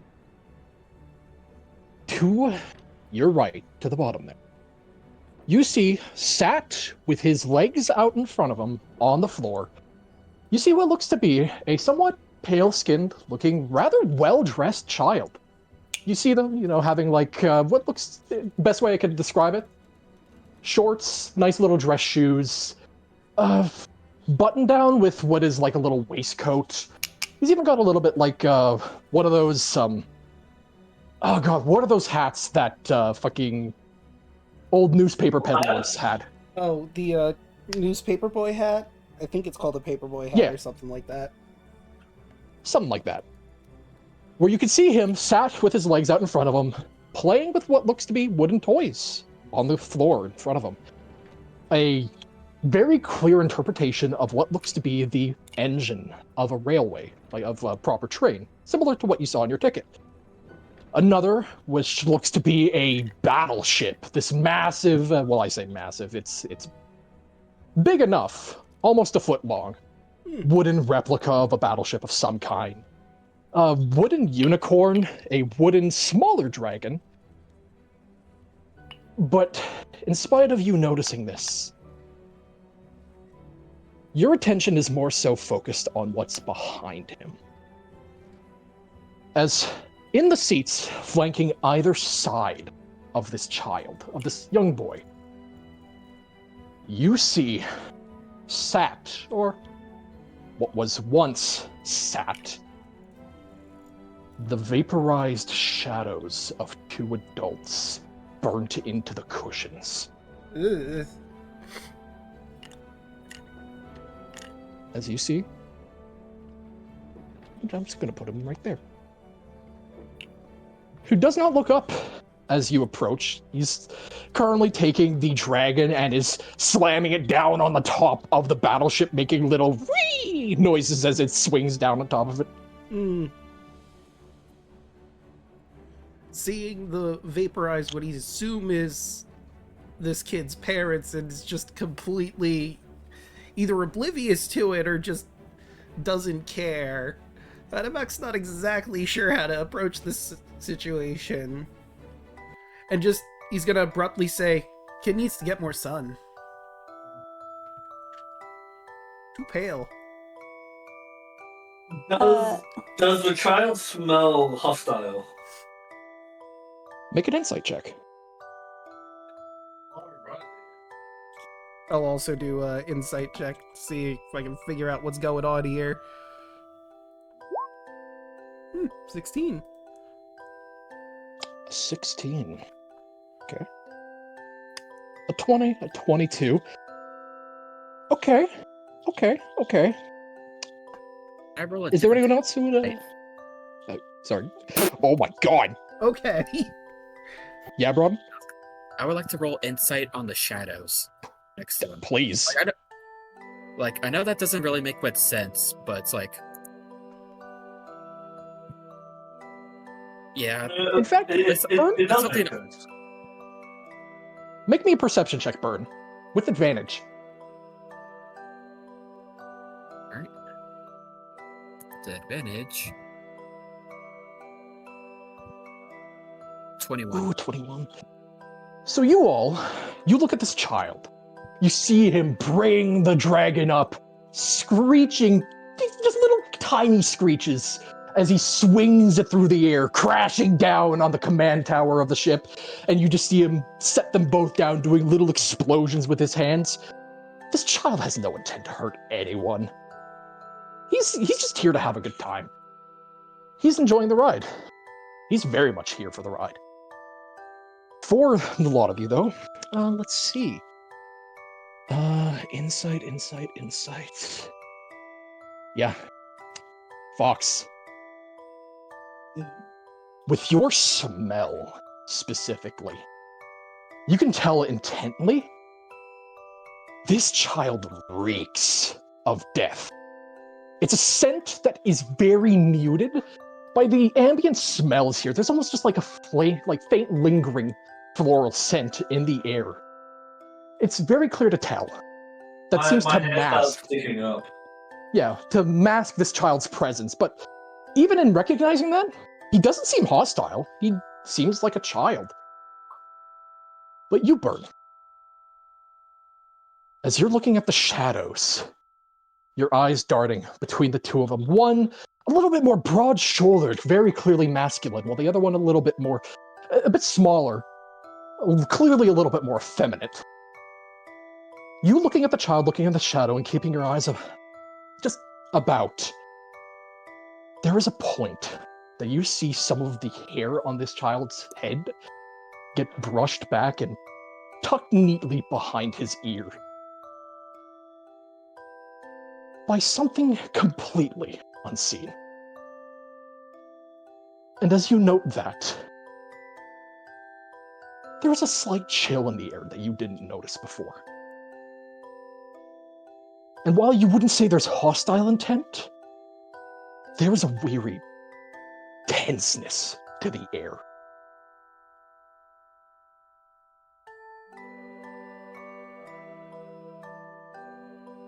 That harmony. But yeah, so my hair sticks up as if, you know, I'm sensing something off. Like I am not liking this smell. I am not liking this situation at all, and you can clearly see it. You can clearly see it in my hair and my reaction as I'm on the shoulder of the dinosaur. What? Yep. So, Antonius sees similarly to the others, or because I rolled lower than I mean, as far as you can tell, 20. Okay. he seems to be a child just playing with his toys. He doesn't have any hostile intent. Do we notice that these are clearly ghosts or undead of some kind, or is it just this is a weird pale kid and his parents? This is a weird, Yeah. pale kid that's sitting in front of the shadows of what you assume was his parents.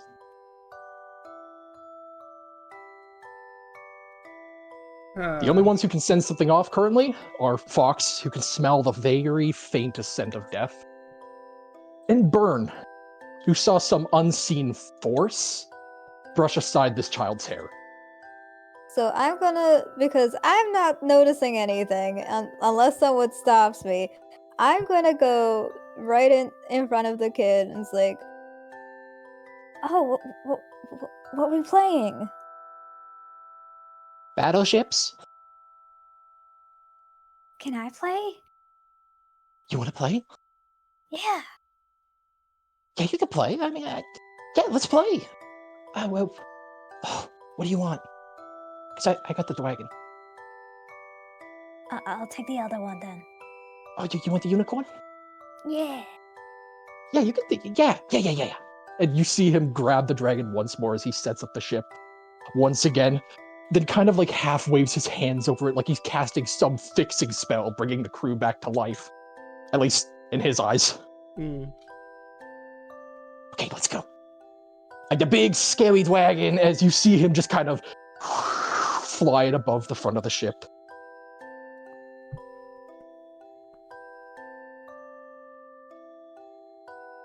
You, Antonius, what would you like to do with your unicorn? What does the unicorn? What is the unicorn able to do? Oh, I mean, it's a unicorn. It's legendary. It's mystical. I think it can heal people. I don't know. I've never seen a unicorn. Would Antonius know what a unicorn is? Make me a history check with advantage, considering with the way he's talking about it. You said history? Yeah, with advantage. Okay. And Should roll one more, because you have advantage. Yeah, if you notice at the top of your sheet, there should be a button that says advantage and disadvantage, normal. Okay. You can click that before rolling. Okay. Noted. Yep. A 19? I mean, as per what he said, it's much the same. Unicorns seem to be celestial guardians of deep and ancient forests. And many of them, as per said, their horns are believed to hold some kind of magical healing power and are sought after by many adventurers and wizards alike.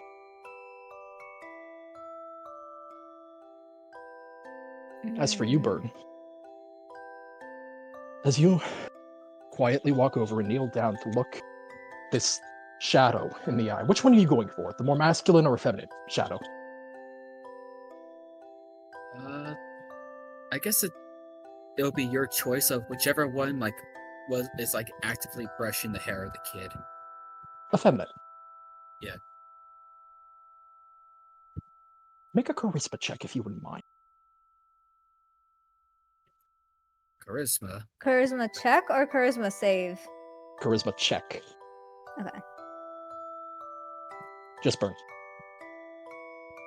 What my charisma check? 15. A 15? You can't see anything, but you can tell without a doubt that something is staring back at you.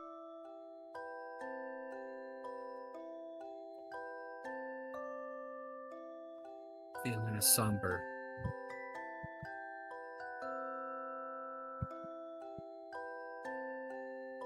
This one's holding you two back, aren't they?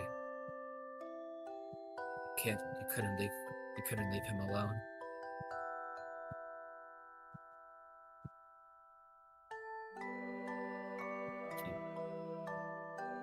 Burn just kind of like takes kind of like a little like sigh. I know it's painful, but you too. You can't stay behind. It is unnatural. You must flow with the harmony. Let it embrace you. If you remain too long, the somber will overtake you. I know it's painful. I know you wish to stay with your child, but I assure you he'll be fine. You have to let go.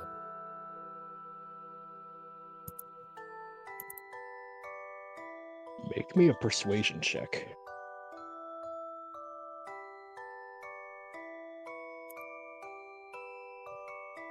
"22. Okay.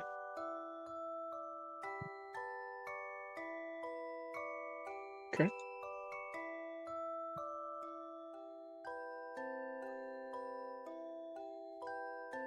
Anyone who's looking at Burn, you this more like hardened face, as you've seen him like within the past few minutes. And like this moment where he's talking to these two spirits, his face softens. And anyone who's looking at it will know that this is the face of a father.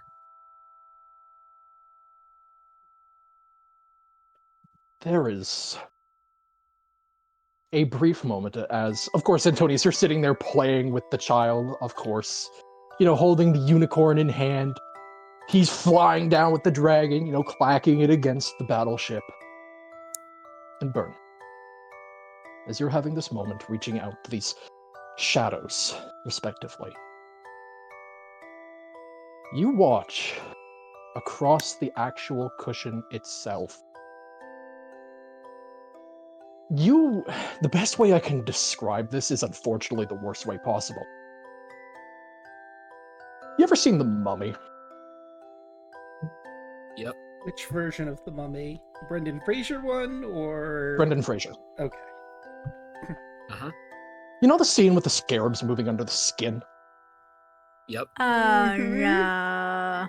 You see the very distinct motion of what looks to be the outline of a pair of hands bubble up out of the back of the facing cushion as they reach across, pulling closer together, and you watch in this unnerving way the hands clasp each other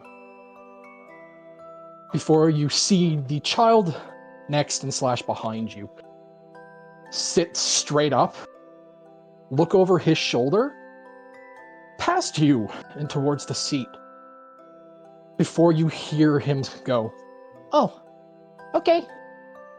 I'm sorry." You see him look over at you, Antonius. "Mom and Dad says I have to go. Sorry we didn't get to play along. You can keep the unicorn." Ah, so you're just a sore loser. Oh. And a little bit grumpily, you see him set down the drag so he could push himself up before he moves over, picks up the toy replica of the train, and makes his way on back towards the actual seat itself, past Burn, and clamber his way on up sitting between the two shadows. Before you all clearly watch the hat get jostled a little bit, getting put off kilter by something, his hair becoming a bit of a mess. Before him and the two shadows fade away, as though they were never there. And you, Antonius, can add a wooden unicorn to your inventory. Oh, okay.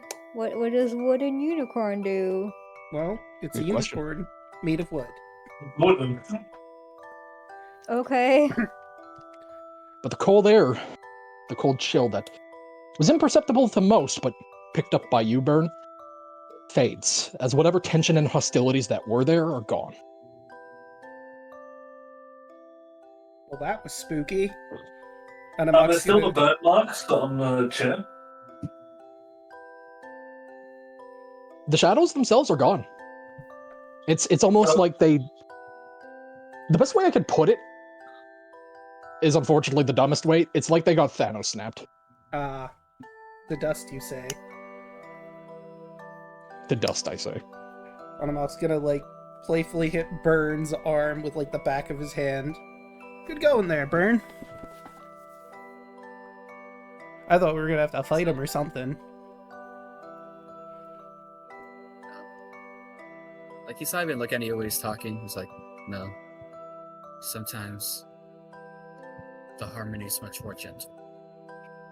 Sometimes it requires a gentle hand. Well, you seem more prepared of our group to use gentle hand. That's not really my style, so I'll defer to you when we encounter more ghost children.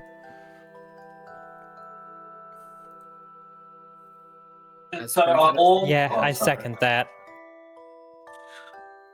As Bird puts his hand on his knee to stand back up, he kind of rubs his nose a little bit, and you hear him just kind of a sniff inhale, and quietly you hear to himself, a parent should never see their child die, as he proceeds to walk down to the left side of the cart. All right. Good on you, Auntie, for playing with the kid. He shouldn't have seen that. As Antonius, Bird will pat you as he gets up and walks on. Antonius just stays there confused, like, what? The kid was a ghost, Auntie. They were all ghosts. Would Antonius bro, know what a ghost is? Make me on Yelling, I'm calling you out. I'm calling you out on that point. There's no Yeah, fucking way. Most people know what ghosts are, even if you don't have, extensive knowledge on ghosts. Fair, but like... Yelling, you don't live in a fantasy world, and you know what a ghost is. Yeah. I know, but at the same time, would Antonius, who's a little on the younger side in this instance, know what a ghost is? Did you This know version of Antonius is younger than the version of Antonius that we saw in Barobian Odyssey. By a lot.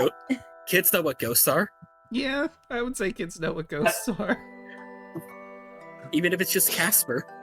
I was gonna say Casper's a child's movie. Yeah, I'm calling you out. That's fair. You would have heard a ghost story as a kid. Come on.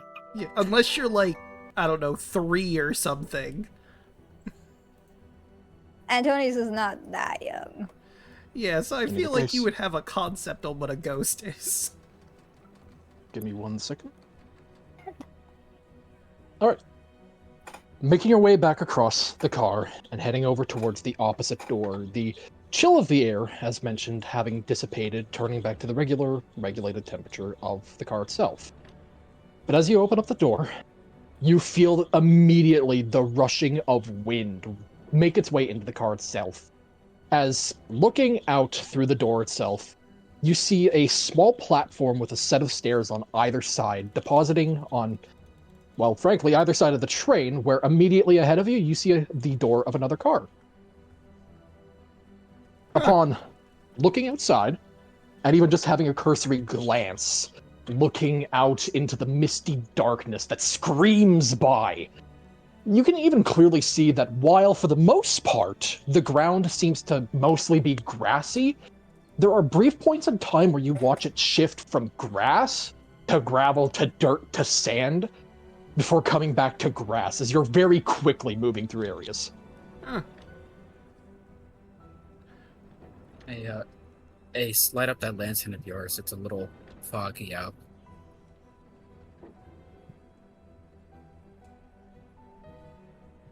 Is anyone gonna need help crossing this? Is that gonna help people I'm out? going to be very sincere. You guys can cross it, no problem. Oh, okay. And then This is not going to be a hazard for you guys to worry about. Okay. Yeah, Animuck's just gonna sort of stand outside, then looking at everything shooting around. Neat. Real quick, Mort. Mhm. I can drag Ace's token, but I can't like move it with like the arrow keys or the WASD. I don't know if that's a thing. You need That to should be fix. because I don't have the grid on the map right now. Would you like me to turn it on? No, I was just curious about that. Yeah, no worries. I have it off for the sake of we don't need to worry about grid unless there's combat. That makes sense. Okay. It also makes so much easier for you guys to move with Big Burn here. Hmm. You should all cross first. I'm gonna... Animuck will hop across and then open the door on the other side. Yep. Even cursory glancing like through the door, because you can see the door itself has a window that looks into the car. You see a long hallway with a series of doors to the left and to the right of you. Where you can see all the way to the opposite side, where clearly it is empty at the moment, but the majority of the doors here seem to be closed. Guess these are the sleeper cars. And he'll step in. Yep. And he'll shout back, "Seems clear!"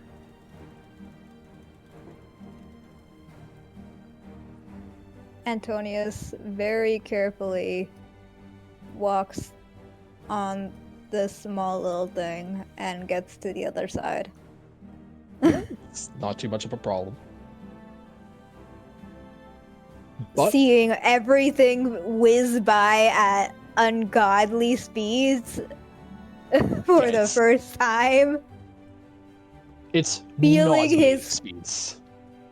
feeling his fur almost fly away at the speeds it's going. Because for point of reference, this is exactly like being on a bullet train. I've never been on one myself. However, the overall inertia is, if you're unprepared for it, and especially if you've never like seen it firsthand, it's almost a little nauseating. But when you do make your way on over, while I do have it set to rails, you can see very clearly beneath it as you make your way over between that space. It seems to have almost like this stone singular rail that is propelling itself forward, where looking underneath briefly, you could see the flashes of electricity sparking out from underneath the cars. But, Automac, as you are making your way in and making your way forward, you all respectively stepping into this particular car, the sound of the metal underneath of your feet just clinking with every step.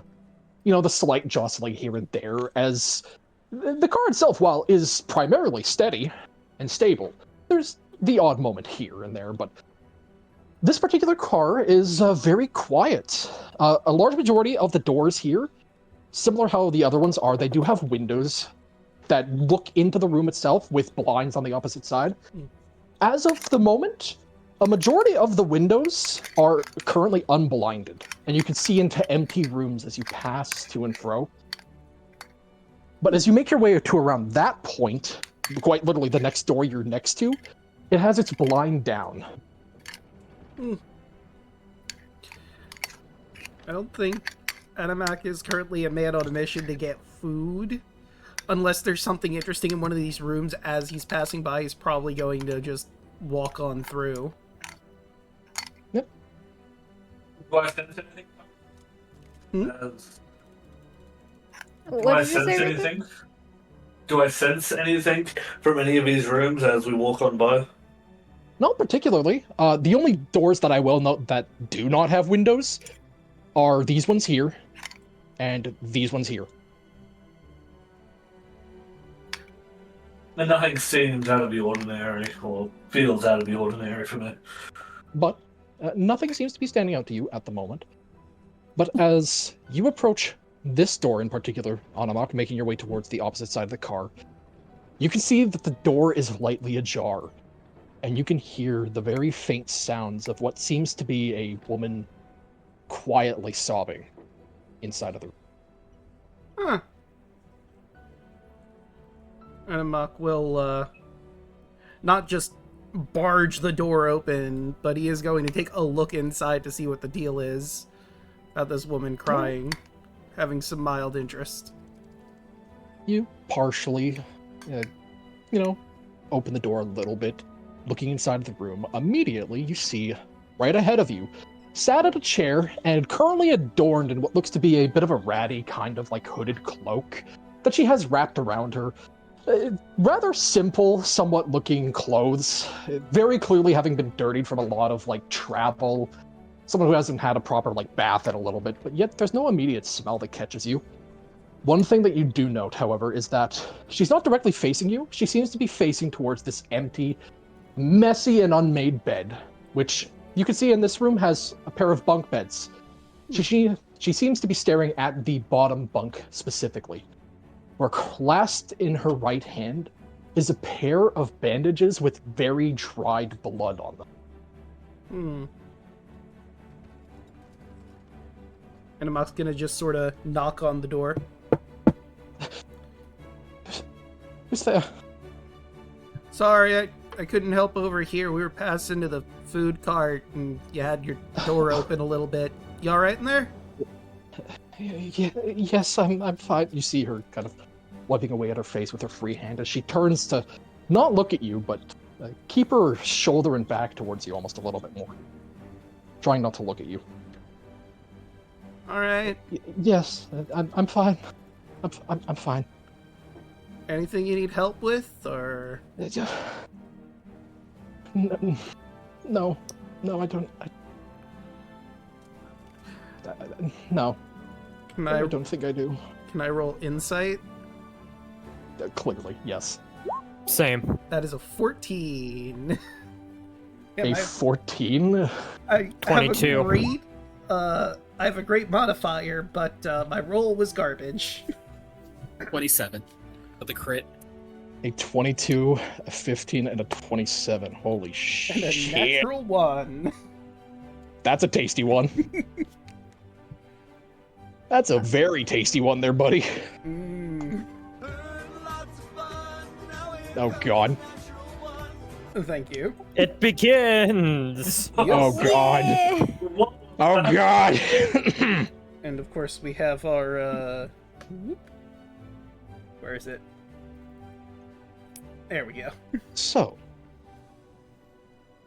as you ask her clearly trying to stammer out some kind of response to your question, all of you except Fox, you can clearly tell that there is something she wants help with, but in between her mixture of emotions and her uncertainty about it, there's so much going on in her head.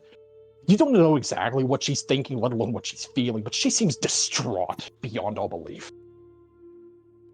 And she's just saying no, so not to burden anyone else with her problems.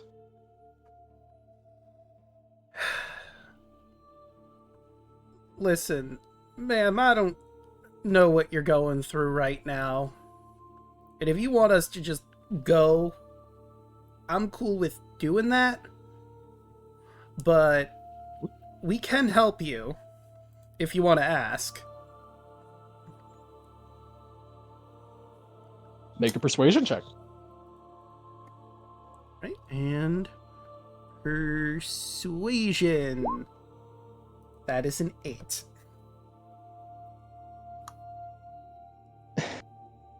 I appreciate the sentiment, I really do, but This is the kind of problem that I don't know if you people would be able to help with. And a Mac will shrug. All right, fair enough. And he'll close the door if nobody stops him and just keep moving on. All right, cool, ma'am. Bye. A large hand props to the door, which unintentionally like a horror movie. It's the fucking Here's meme Bird. of Big Bird. It's the fucking meme of like Big Bird kicking the door off its hinges. Yes, exactly. Oh But It's no. Barney the dinosaur.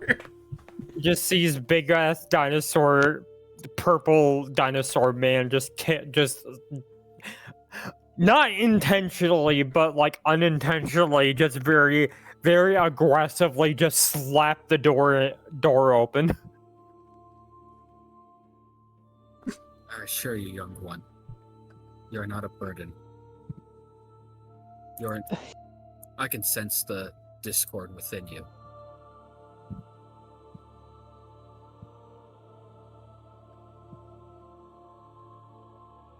Antonius gets closer and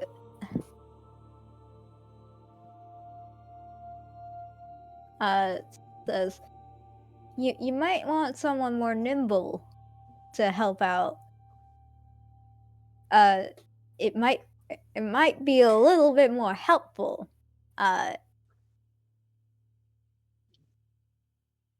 Or you can have this big guy do some of the helping. I think. Even though you can't see her face directly, you see her turn her head slightly in your direction, recognizing you're in the doorframe, but she shifts her body a little bit more to keep her back to you, especially as you draw closer, but you just hear like the slight quivering of her breath as she seems to be contemplating.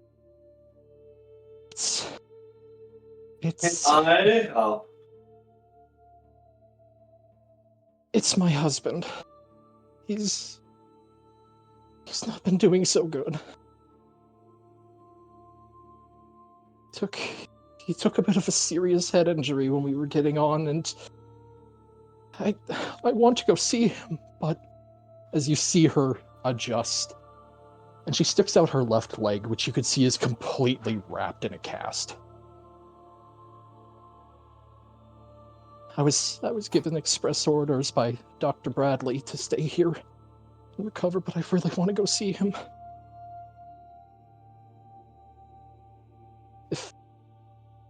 If I can't go see him and see how he's doing, would you? Please describe him to us. Wait, why can't we just bring her? The It would doctor said aggravate the not condition. to. Well, we can bring her. Princess please. Fiona and Shrek over the shoulder. Please don't draw close to me. Byrne just picks up this woman. Princess carries her throughout the cars. Fox on one Like we shoulder, woman in could. her arms. Yeah, No, yeah, Byrne but Antonio- recognizes. Yeah, Byrne recognizes. No, he'll kind of put his hand like in front of Antonius and kind of just give like a look of like she's clearly injured. We can't move her.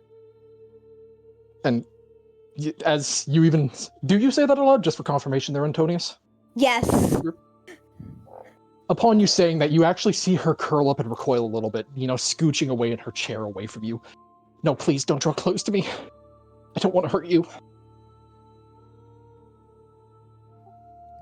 Beg pardon? Hurt us? Just stay away, please. Just don't. She's going to hold her hand out with the bandages. Take this if you must.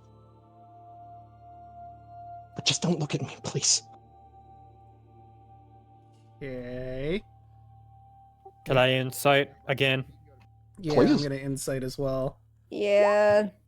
This is getting weird. There we go. 18. With the 12, An I 18? will reach out for the scissors, but describe what happens as what everyone gets. Okay, it's not scissors, it's just a pair of bloodied bandages. Okay. old bloody bandages. But for the rest of you, for specifically Antonius and Onomok and Fox as well, Fox especially, for the three of you, you could very clearly tell that the way that she's acting, she doesn't want you looking at her face, no matter what. There's something off about it. You don't know what it is exactly, but whatever it is, she implies that it's dangerous to do so. And she's currently trying her best to make sure that you don't see, while also holding out and trying to be, reciprocate some kind of communication here. As Fox, Yes. you get a particularly disgusting scent of undead from this woman. Hmm.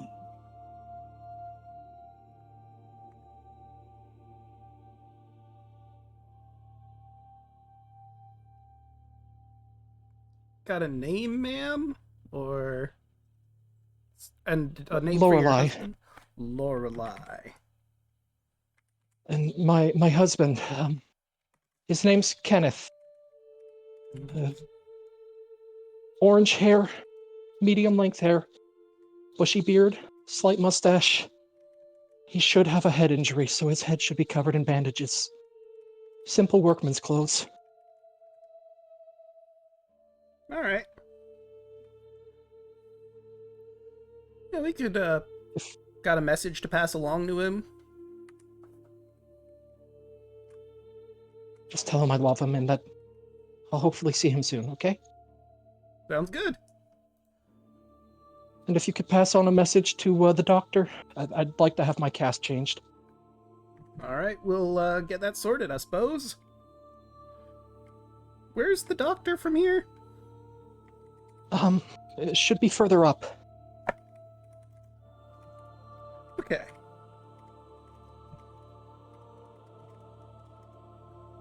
By up, she seems to imply past the dining car. Okay. Well, we're definitely heading in that direction. Oh, we never really introduced ourselves. Anamok, Burn, points to the fox, Yip, Auntie, Ace. Ace waves. She does like the little half peek, gives a very slight nod, but then turns her head away again. It's a pleasure to make all of your acquaintances. I'm sorry that I'm like this. It's all just been such a mess. No worries. You know your condition better than we do. If this needs to happen this way, it's fine. If you're heading up, though, be careful of the guards. They're the ones that did it to him. Noted. Animok's gonna rev up his drill lance. I think we can handle him if things get a little squirrely. Please do. They've had their reign long enough. Now this is something I can deal with. And with a smile on his face, he walks to the dining car. Right. You make your way back, but without turning, she does call out faintly. Could you at least get the door on your way out? Oh, right. Stuck open. Bird, you got that? Yeah. With like the bloody bandages in his hand. I guess the other ones near him, or Antonius and the fox, kind of just like curls his hands inward, and you see like the face like bones cracking of someone being serious. And or as I go to like leave, since I'm so much taller, Mhm. do I get a different vantage of this room? Because it says there are bunk beds. Is there any other bodies on the bed? No, even looking at the upper bunk, it is completely unmade. Well, sorry, not unmade. Fully and completely made. That it is so pristine that it looks as though someone was supposed to sleep in it, but never once touched it. It's only the bottom bunk that seems, as messy as it is. But with your advantage, as, she's trying her best to adjust and cover up her face a little bit more, could you make me a religion check?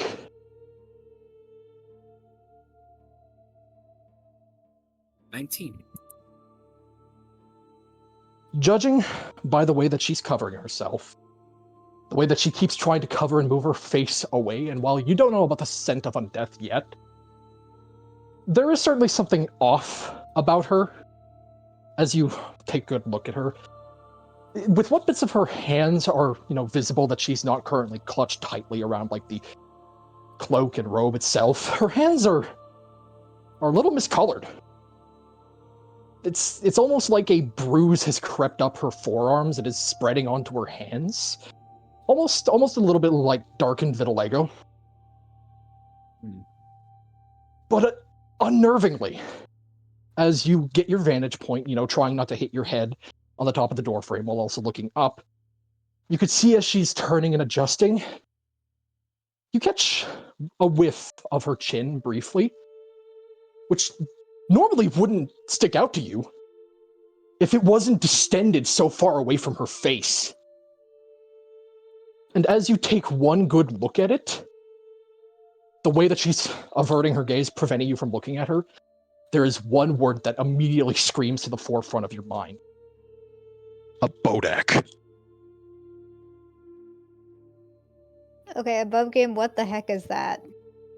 An undead Antonius? that has a very powerful gaze effect that can kill people with sight.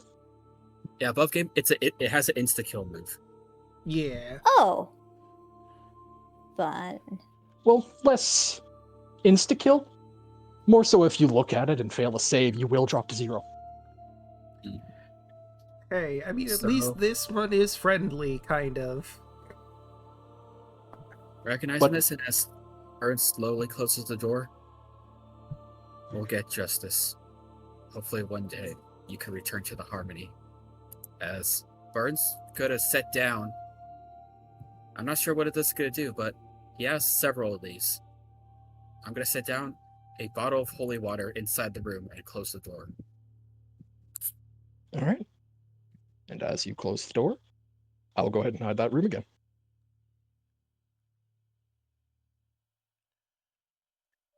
As you close it, in the words of Lorelei, sticking with you, you holding the blood-dried bandages in your hand, you as a group make your way towards the next door. And I will go ahead and reveal the next area.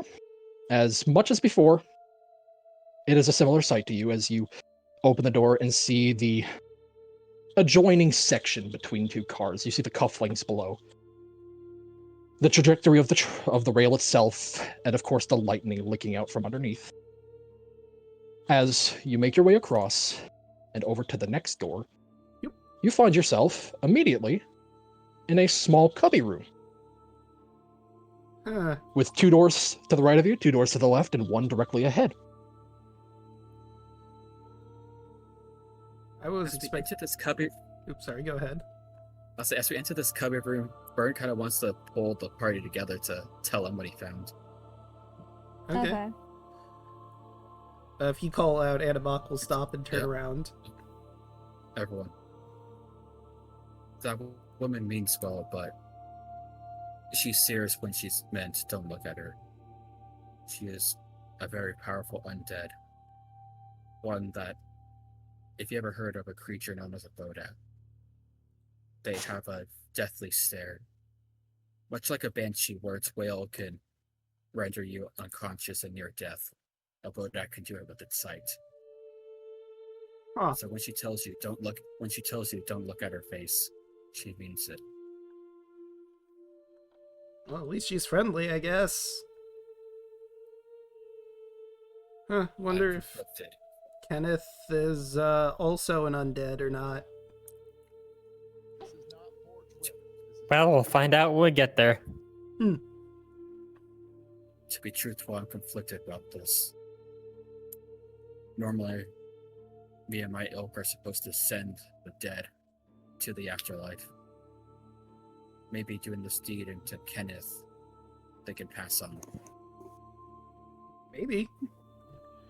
I don't know much about spookums. I mean, I occasionally deal with them.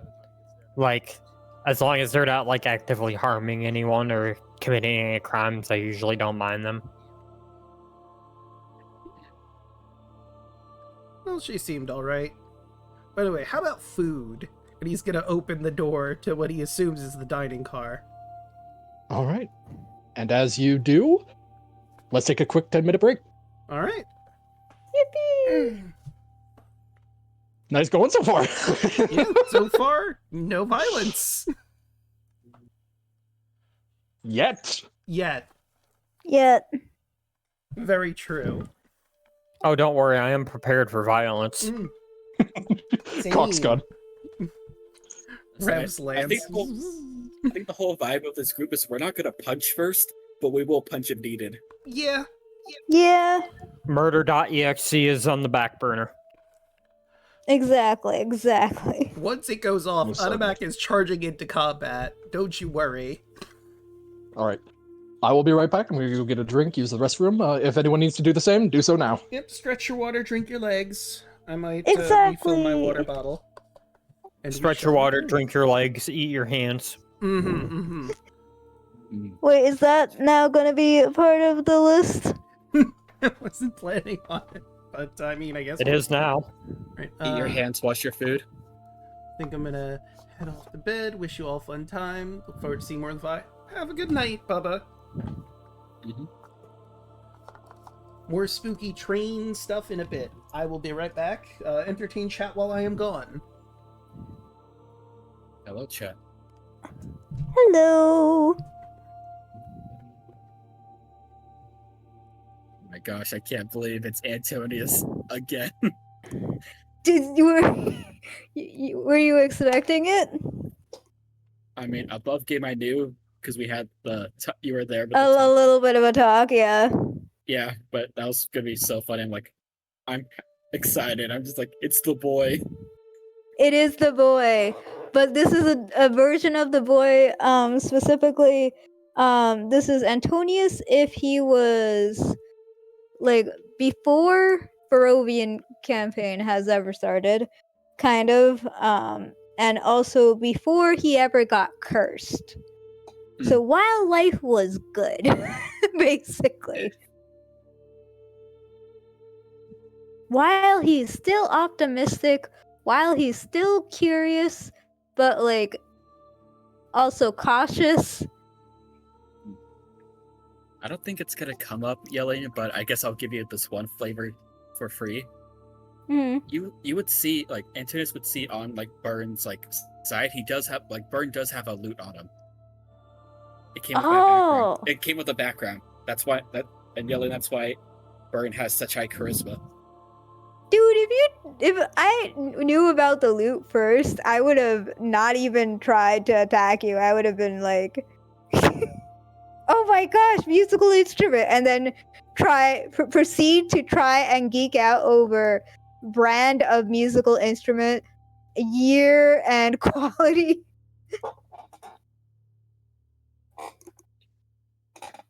Well, that could be something that could come up.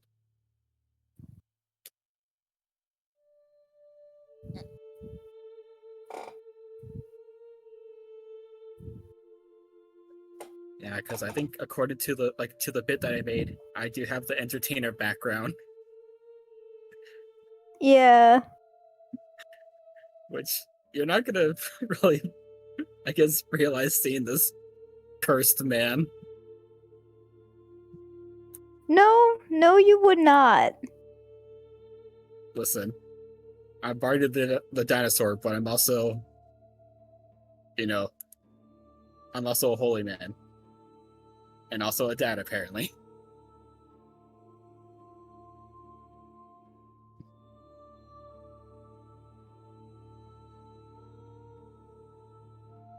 Like father in the literal father sense, or father in the religious father sense? I mean, I guess they would have to ask. Everyone did hear him after the kid thing, like no parent should see their kid die after he had a little moment. Yeah.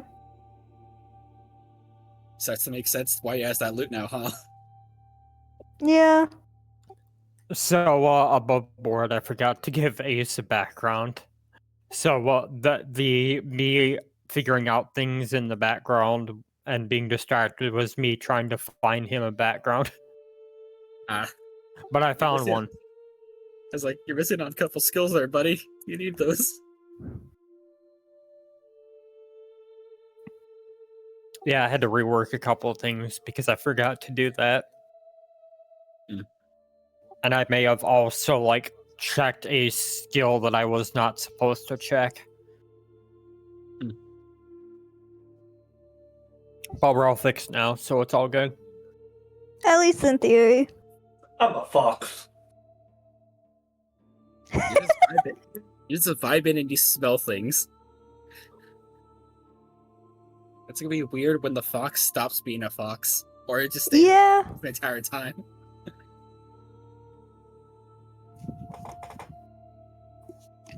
Well, since more people seem to be here, I'm going to do my break. Go for it. I'll be back. More people? People left? Well, Draco definitely left. I've been here. I've just been muted. Oh. Mort, I sent you a DM. Oh my god, I got so many fucking messages. Holy shit. Oh, that's hilarious. Yeah, fuck, dude. Go for it. I'm gonna be so real. I don't know shit, but that's hilarious. Is there a way to whisper in Roll20 or? There is. Yeah, but if you prefer to, you can always just shoot me a DM. Okay. Yeah. While I'm always at my computer, I should be able to see it, no problem. It might take me a second, depending what's going on. I just buy I was like, man, I could just buy the bucket just for the meme.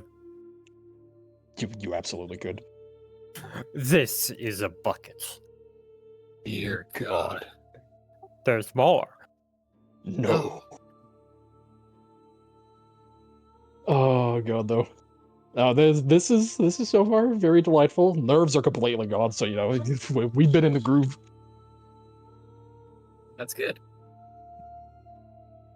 I'm glad we didn't have to kill, a woman with a broken leg and, a kid and their parents. Yeah. Like when this adventure is all said and done, I can go over everything with all of you so that you know exactly what was going on.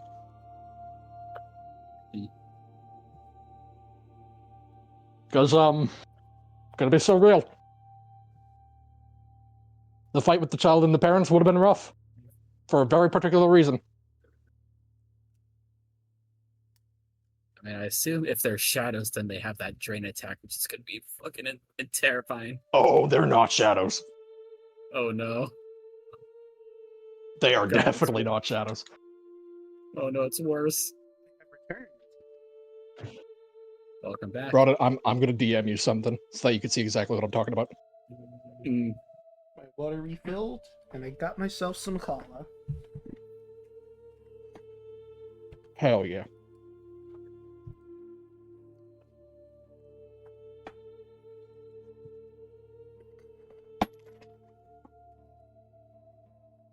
It's the only word you get? Mm. I'm wondering if Hey? Animok's backstory will come up more than it has already. Who knows? Thank goodness I don't know anything about the stat block for those things. Just the name itself, I'm like, Yep. no. It's the only tidbit you're getting. Mm. It makes sense with the way you were describing them now. I'm like, oh.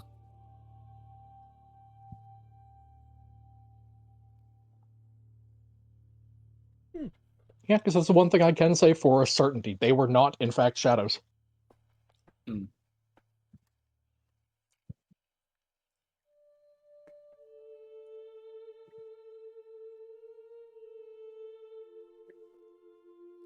I'm listening to a weatherman on YouTube, and there's a big tornado that's been going through Mississippi the last couple of hours. Oh no. Damn.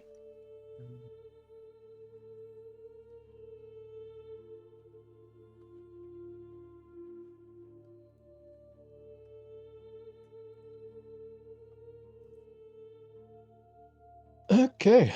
Once Yelling's back, we can get this ball rolling again. Sounds like a plan. Hope you're all having a good time, though. Oh, yeah. It feels nice to be the dad of the party. It's been Spooky train go burr. Mm-hmm.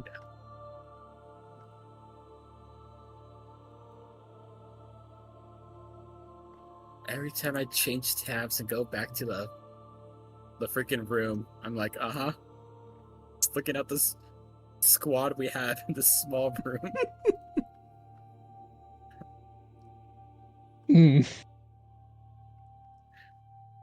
Cha-cha real smooth. Do-do-do-do.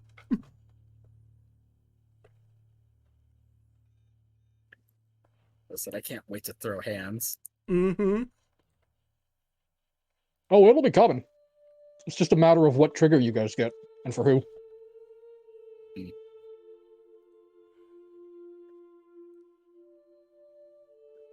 Also depends on what car you go to. Also fair. Mm.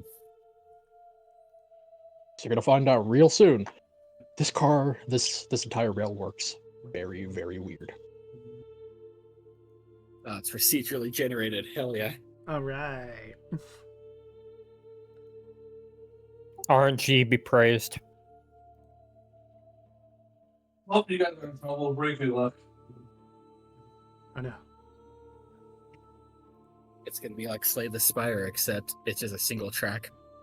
No cards. Unless. I mean, you haven't been built in a deck? No, I haven't. Look, I don't need a deck. I've got one attack and it works wonders.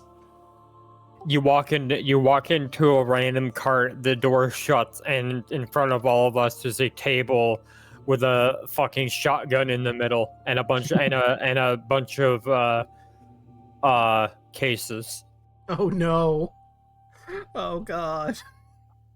Don't worry, I played this game before. I've played these games before. Oh no. I could tank one shotgun attack. There you go.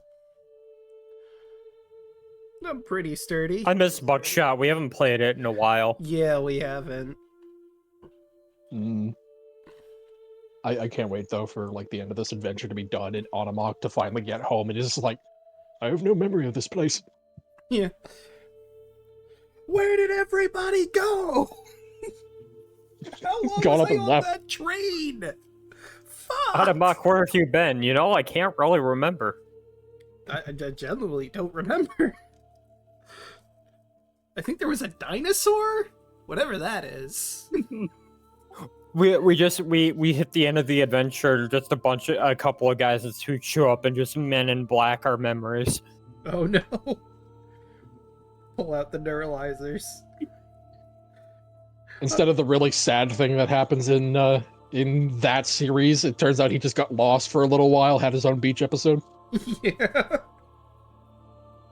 Everyone just kind of went on. He comes back, looks up at the sky, universe is being flung. I hope they're doing alright in the fight without him. I'm sure they're doing alright. Does that mean that Ananak is the Will Smith of the party? I guess. Am I the Tommy Lee Jones? You are, yeah. Oh no. Oh no. Alright, I gotta Men in Black the cast. Either Antonius or the Fox or the Pug. Oh yeah. No, Antonius definitely has the Frank energy here of this group. We can drop that music now, go back to this one. Oh shoot, I didn't check to see what was the name of that song you were playing. I've got it, don't worry. I've got a full list. Okay. I'm well, keeping track of what I'm playing. If you're interested, I'm currently listening to Miley Cyrus. Well, I don't need to include that into here, but good to know. I have been pretty good with putting down the songs when they come up, but that list will be helpful. I've got a full list, and I've been keeping track of what I've been playing, because thankfully I've got an idea of what I'm going to play where.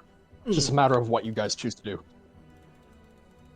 Makes sense. So, fun off-topic thing. So you guys know the Mouse PI for Hire game that just came out? Yes. Yeah. Apparently people have already been speedrunning it, and they've managed to knock down a fresh playthrough in about 15 minutes. Holy shit. Goddamn. That's crazy. Like, part of me has kind of wanted to get into speedrunning. Like, I'm already like I like watching it and I like interacting with it, but like I've never like tried to physically do it myself. Like, I have a couple of games where I've learned strats for, and like, but I'm not like skilled enough to like put out a single run.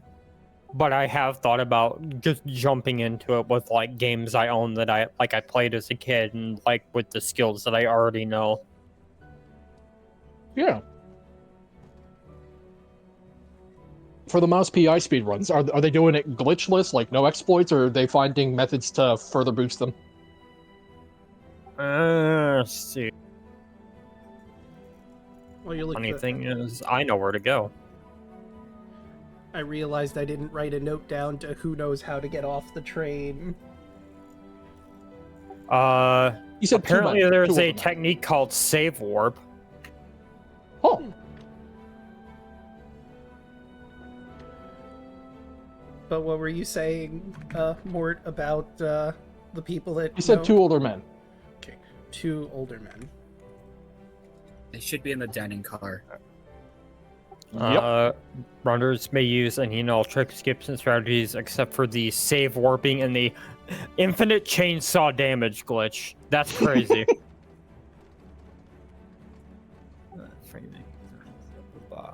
That's really funny, actually. Apparently there are frame rate limits to the run.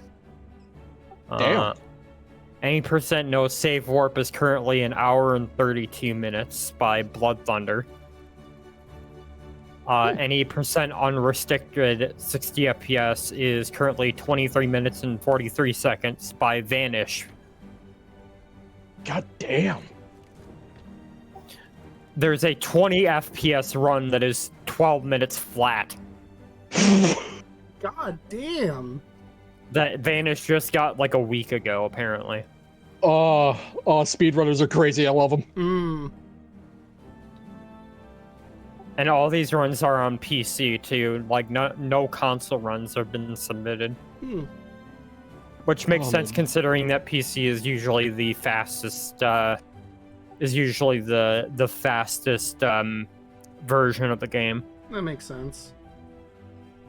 Yo, even so, that's crazy. Yeah. 32 total runs of the game have been put on the board. Oh, that's tasty. That's so fucking chef's kiss.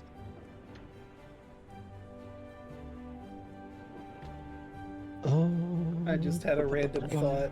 When Anamok does get back, I like to imagine he's just gonna fall out of the sky with his drill ready and just hit someone with it. Probably. Like, this is just my favorite part about like being in part of the speedrunning community in general, is that I can just like randomly look up a game and just see how the runners have just destroyed it. It's just gonna be a hard cut. Anamok is falling through the sky back in his home world, and it's just Guns N' Roses playing in the background.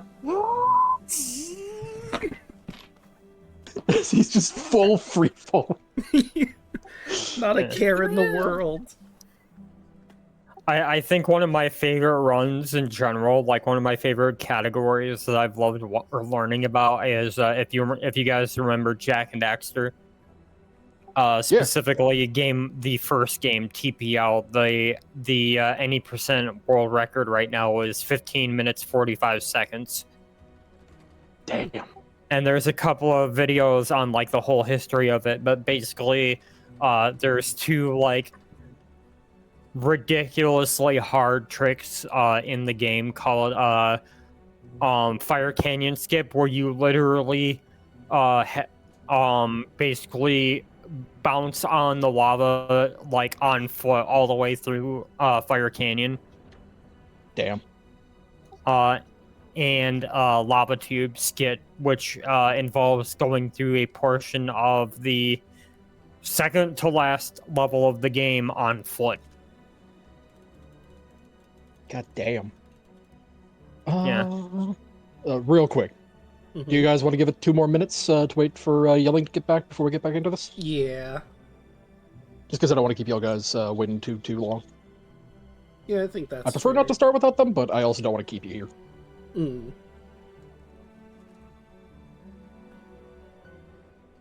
Alright, I'll just go ahead and drop that real quick.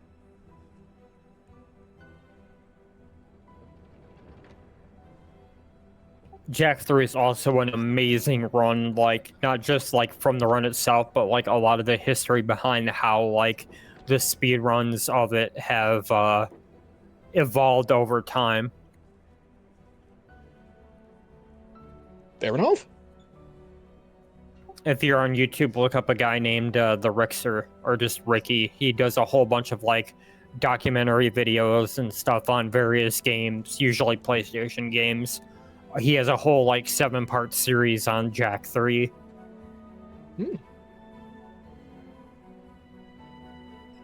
Honestly, I need to delve a little bit more into, like, the speedrunning community. Because it really is just fucking bonkers over there. It's... You get some of the craziest shit.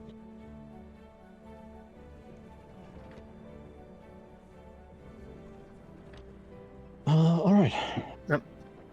Real quick for just final checks. He's got a video on the apparently speedruns of the original Dragon Ball Budokai. There's a lot of good stuff on his channel. Interesting. But to go down Yu-Gi-Oh! Forbidden Memories. If you remember playing the game, it's a crazy game in general, but imagine speed running that game. Oh god, yeah. Fuck that. It is RNG hell. Fuck that, no. But, anyways. Going down the checklist, Broaden, you good? Yep. Draco? Yep.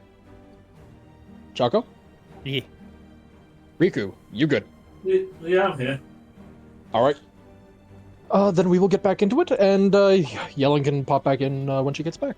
Right, and let me just send us back to the screen. There we are. Alright. I'll just quickly drop that so that she's aware.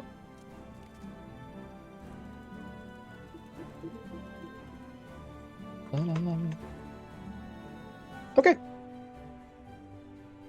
So, as upon saying that, you reach over, grab hold of the door, and you swing it open.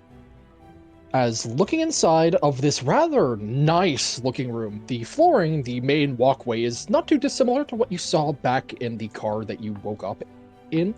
But to your right and to your left, similar on how the cubicles were, you see benches sat out, a couple of them with their backs almost basically pressed up against each other, with a set capable enough to seat 4 people per bench, facing inwards towards a table, which seems to be set rather accordingly to fit 4 people per table, with plates sat out at each, and faint little candelabras sat in the center of these tables, currently lit and illuminating this place with a rather ambient light. Across the way, at the very back of the car, instead of a secondary bench capable of seating 2, you see only a single pair of chairs sat on the opposite side, capable of sitting 1.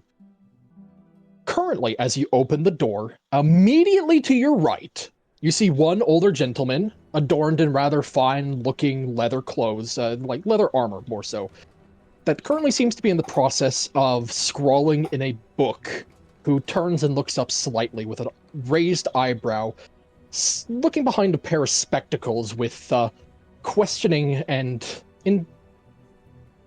I suppose, investigative eyes. In the center, to the left, you see a single individual with their back to you, which you can see with what little bit is made out of them sticking out in the seat. They seem to be adorned in somewhat finer-looking dark clothes, a very clearly bald head that is turned and looking out a slightly open window with the blind itself pulled up just about halfway, so that they could stare out into the screaming mists. You can see clearly, with the way that their ears are slightly pointed, they have some kind of elvish blood in them. At the very far end of the car, sat in one of the lone seats at each respective place. Well, seating. I forget the exact word for it, but you see a similarly rather finely dressed older man. It's hard to make out exactly what precisely he's wearing, but it seems to be a dark two-piece suit where you can see sat up next to his chair, immediately within reach, is an ivory walking cane, a hat that is sat down on the table, his grayish-white slicked-back hair clearly showing that his hair is in the process of thinning, who is actively sipping on a cup of tea, looking down with a faint smile as you see dancing around on his table at the far side what is very clearly a undead-looking monkey with a set of feathered wings. As you see the full room. Huh. Welcome back, Yelling. Onomac's gonna go up to the spectacled man. You one of the old-timers that knows how to get the hell out of this train? Depends. Do you have manners? No. But I'm honest. You certainly are. Will you be honest enough to have a seat? Sure. As the rest of you, of course, start making your way in, you see him look over his shoulder briefly, and he does an almost double take as he sees you make your way, squeezing through the doorway there, Burn, where his eyes linger on you for just a brief moment before you see him shake his head faintly, raising up his eyebrows before turning back to you, Anamak. Yeah, Burn's gonna have a little trouble sitting down. Is that a problem? Most certainly not. The seat across the way is completely open. Oh, true.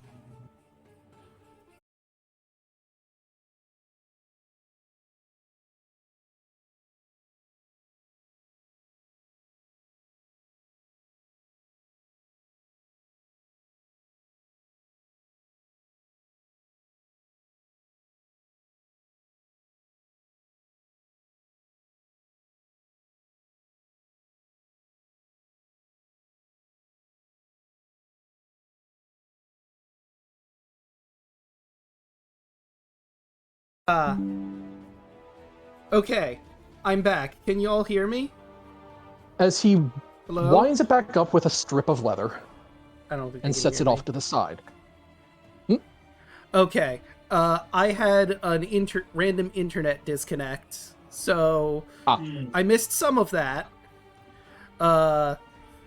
Chat was disconnected, but we're all connected now.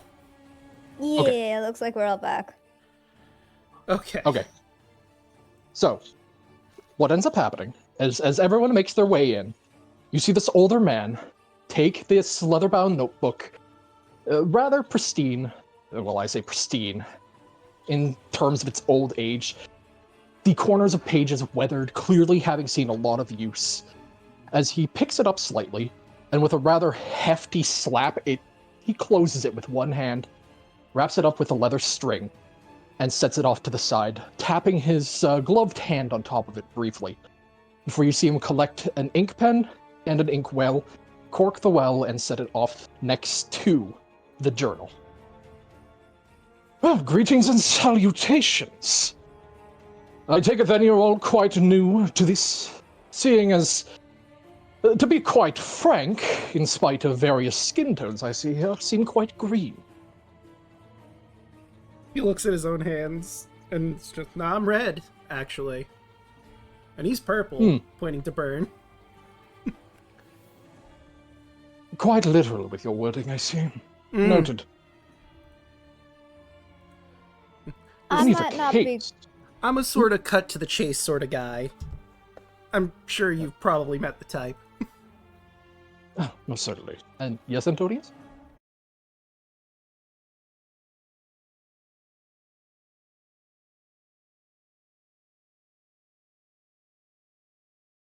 How may I be of assistance to you? Pause. Oh wait. Oh, Yeah. okay, we're back. No, there was a brief disconnect.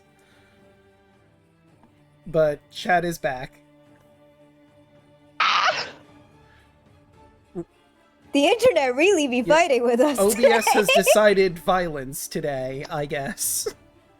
All right, First we're was back. Discord, now OBS. We are back. All right. Okay. So as I was saying, as you inquire about his business, he holds his hand out to you, Antonius.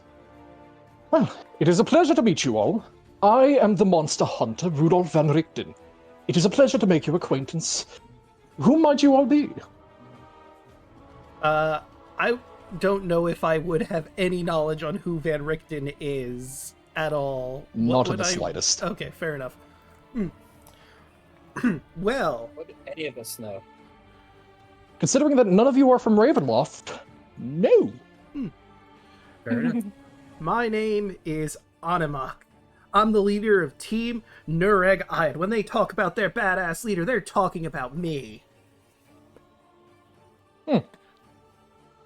And you, Tabaxi? I am Antonius Frederick Pusaruffalo III, one of the heirs to the Pusaruffalo catnip industry. Might you want some shares? I can assure you, I do think I'm quite fine, unless your particular industry is far more adept in medicinal values. I'm afraid I might not find much value. Oh, it can be medicinal, alright. Stress certainly can be cured through herbal aid, but that is not what I am in search of. Hunted anything good recently? You said you're a hunter, yeah? And he does hold a finger up to you as he looks to the fox first. Is this one with you? I assume. Oh, yeah. He's a fox. Doesn't really speak all that much. But observe him. Noted. I He is a raise my head up to look at the hunter and then rest it back down. certainly does Understands seem quite common. intelligent. It understands common. Ah, so it is intelligent. Good to know. I'm glad I won't have to repeat myself. And you, my large purple friend. I'm Burn. I'm a follower of the Harmony, as he would obviously recognize a holy man. The Harmony, you say? Not something I'm quite familiar with. I'll have to keep that in mind. That's just what the common tongue calls it. Its actual name is Dinosaur Noises.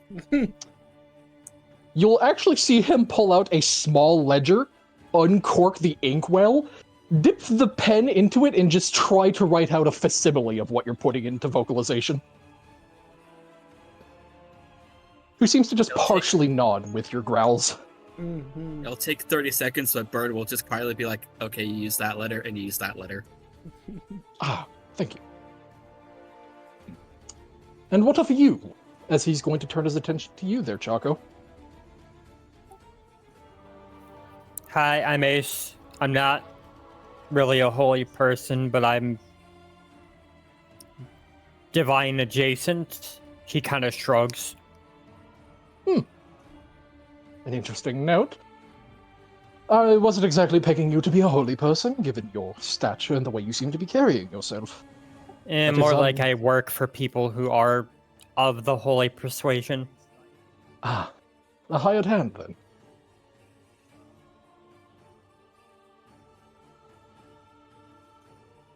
Huh. I take it then, seeing as you're all darkening the shadows of my quaint little respite. I'm going to assume, then, that the conductor sent you my way. That's alright. I gotta get back to a battle that's actively happening. I'm the leader of a militia, and I kind of need to figure out how to get back to them as soon as possible.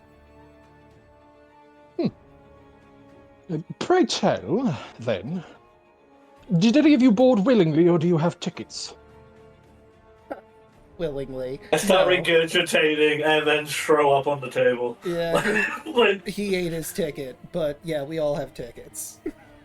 You see Van Richten briefly reach into one of his, like, breast pockets before producing what looks to be a pair of, like, tweezers, reaching over, grabbing the ticket with them, and just bringing it close enough to inspect. You see him adjust his spectacles briefly, like, ah, yes, that is certainly a ticket. Bonafide in its creation, before sliding the slobbery thing back over to you, Fox. I continue to eat. Yeah. Delightfully morose. Yeah, I don't think he should be eating that, but I haven't stopped him yet. Considering that he seems to regurgitate it upon will, I would think it not too much of a problem. I really took care of a fox. I'm afraid then, my dear adventurers, Anamark Ace, Antonius, oh, should I say, Sir Pusaruffalo III. I've been calling him Annie. That is. Auntie, excuse me. Slightly raised eyebrow at that, but he does look back at you, Antonius. You could call me Sir Pusaruffalo III. Very well. And Burn. It would seem that for whatever reason, the Dark Powers themselves have, well, called you here. Which means, quite unfortunately, you won't be able to leave until they're done with you. Okay, how do we kick their ass? I'd love to know the same. You say that in front of polite company? Listen, I was raised underground. Basically a slave. I didn't have time to learn etiquette. He does air quotes. Well, I do suppose in the Manners. Yeah, that's squares. Pretty much. I do suppose in the thick of it, especially during times like this, it can be quite cumbersome. Yeah, that's it. Right. You see him reach into another breast pocket and produce what looks to be a silver pocket watch. You see him flick it open, briefly, look at it, look out the window past you for a moment, Fox, before nodding to himself, closing, and stashing it away. Well, I've got about another 15 minutes before I need to make off to my next stop. So, if you have any queries, I am more than happy to oblige in trying to answer to the best of my ability. Is there a way we could get back to exactly where we dropped off without too much time going by? Certainly. To be frank, if the Dark Powers summoned you here for some kind of game is the best way to put it, whatever you were brought here to do, you won't be able to leave until you do it. So since you're here aboard the ever-infamous Morning Rail, then I suppose that the answer to your problem is hidden here within these cars. Anyone who cares to notice will notice that Anamak's eye is twitching a bit, and he's gripping his lance very, very tightly. I'm so sick and tired of people treating my life as a game. Is there any way to kill these dark powers? Unfortunately, not that I am aware of. They are, to be frank, far beyond our comprehension. However, when it comes to your current predicament, while you may be a game in whatever they have currently planned, they brought you here to solve a problem, and whatever that problem is here amidst this rail.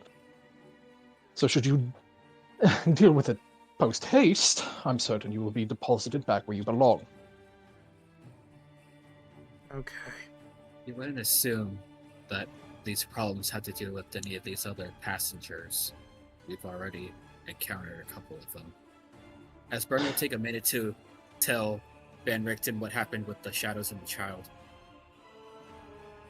Ah, you've encountered the family. I see they were still here. To be sincere, I've not ventured my way across this rail in some time.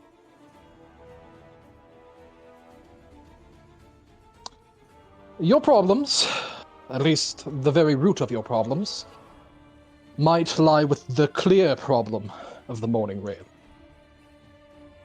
The last passenger.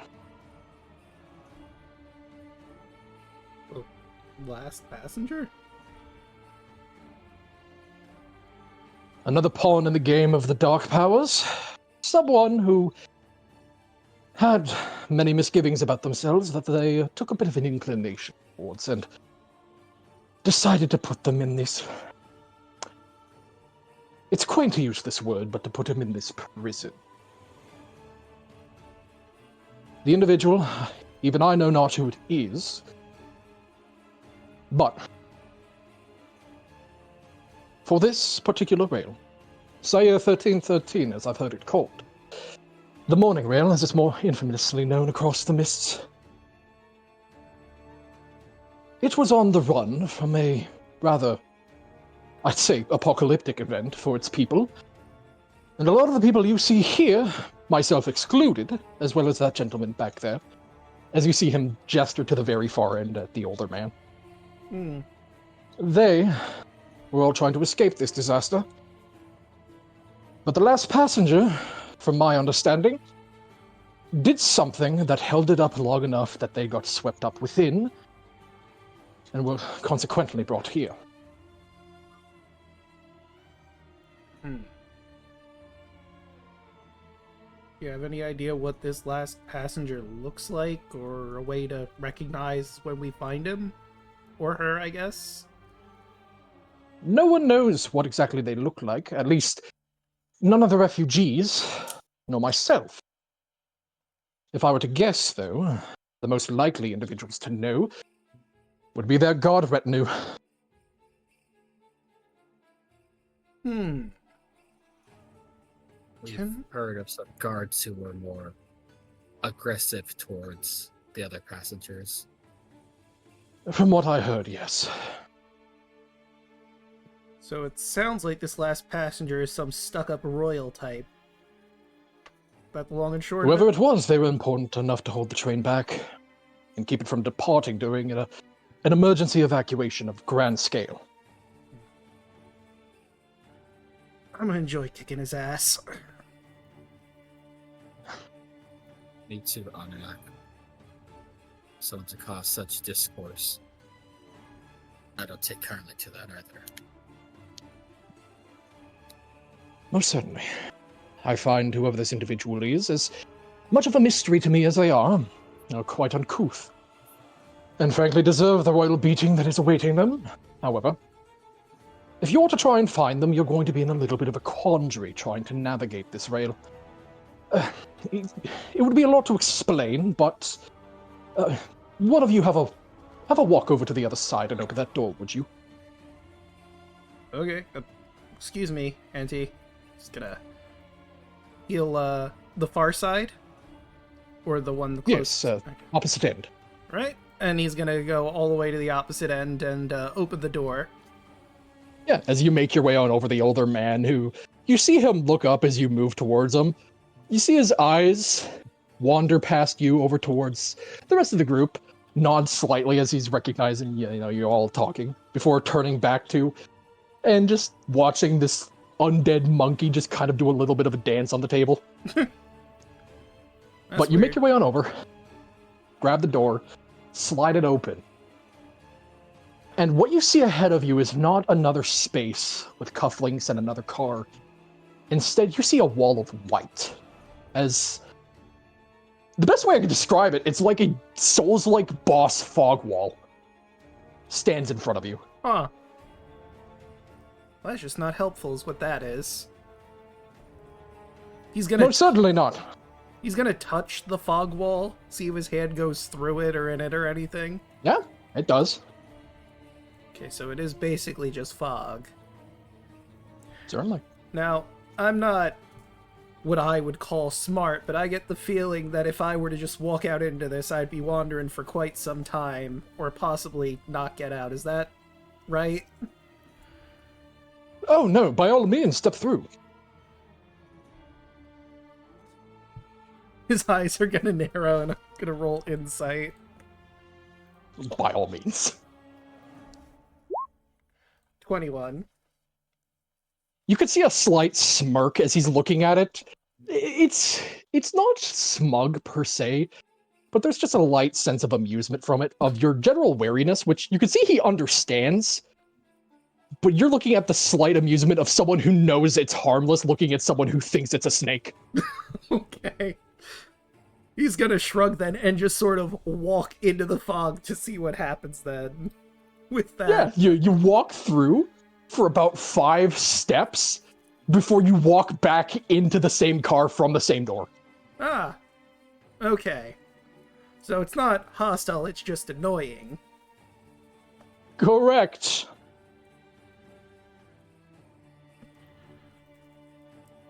Let me... Excuse me again, Auntie? You close the door and make your way on back. Yeah. Yes, this is the quandary that the Morning Rail presents.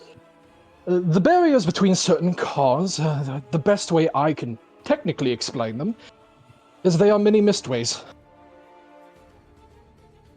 Simply put, unless you have an item that will tie you to the destination you wish to go, you'll return back to here, or to the premium coach, in which I'm sure you awoke in.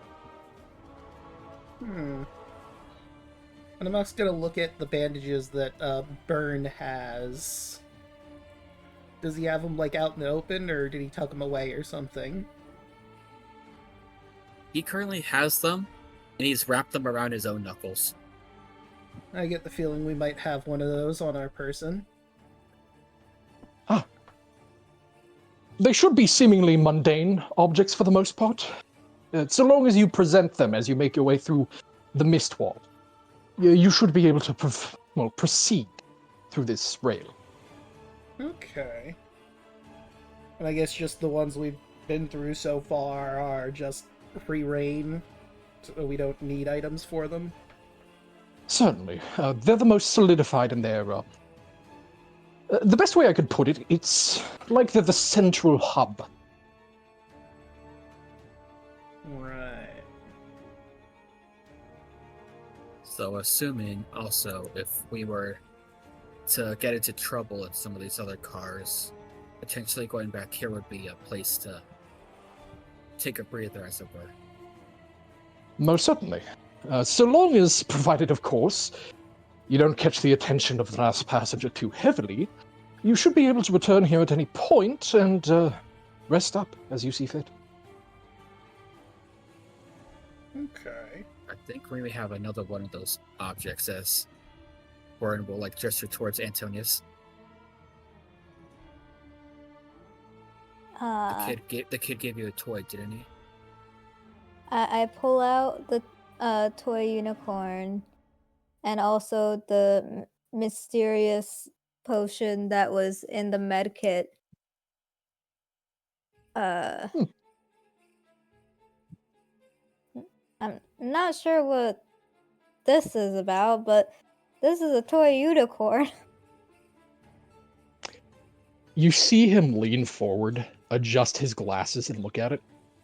Oh yes, that is one of the tokens in question. If you present that one, I believe it should take you to the engine itself. Huh. To know. I would be wary if you go there, though. This train is powered by elementals from what I've learned. So if it breaks free while you're there, that is very bad news for this entire rail. Be a emergency stop, I take it.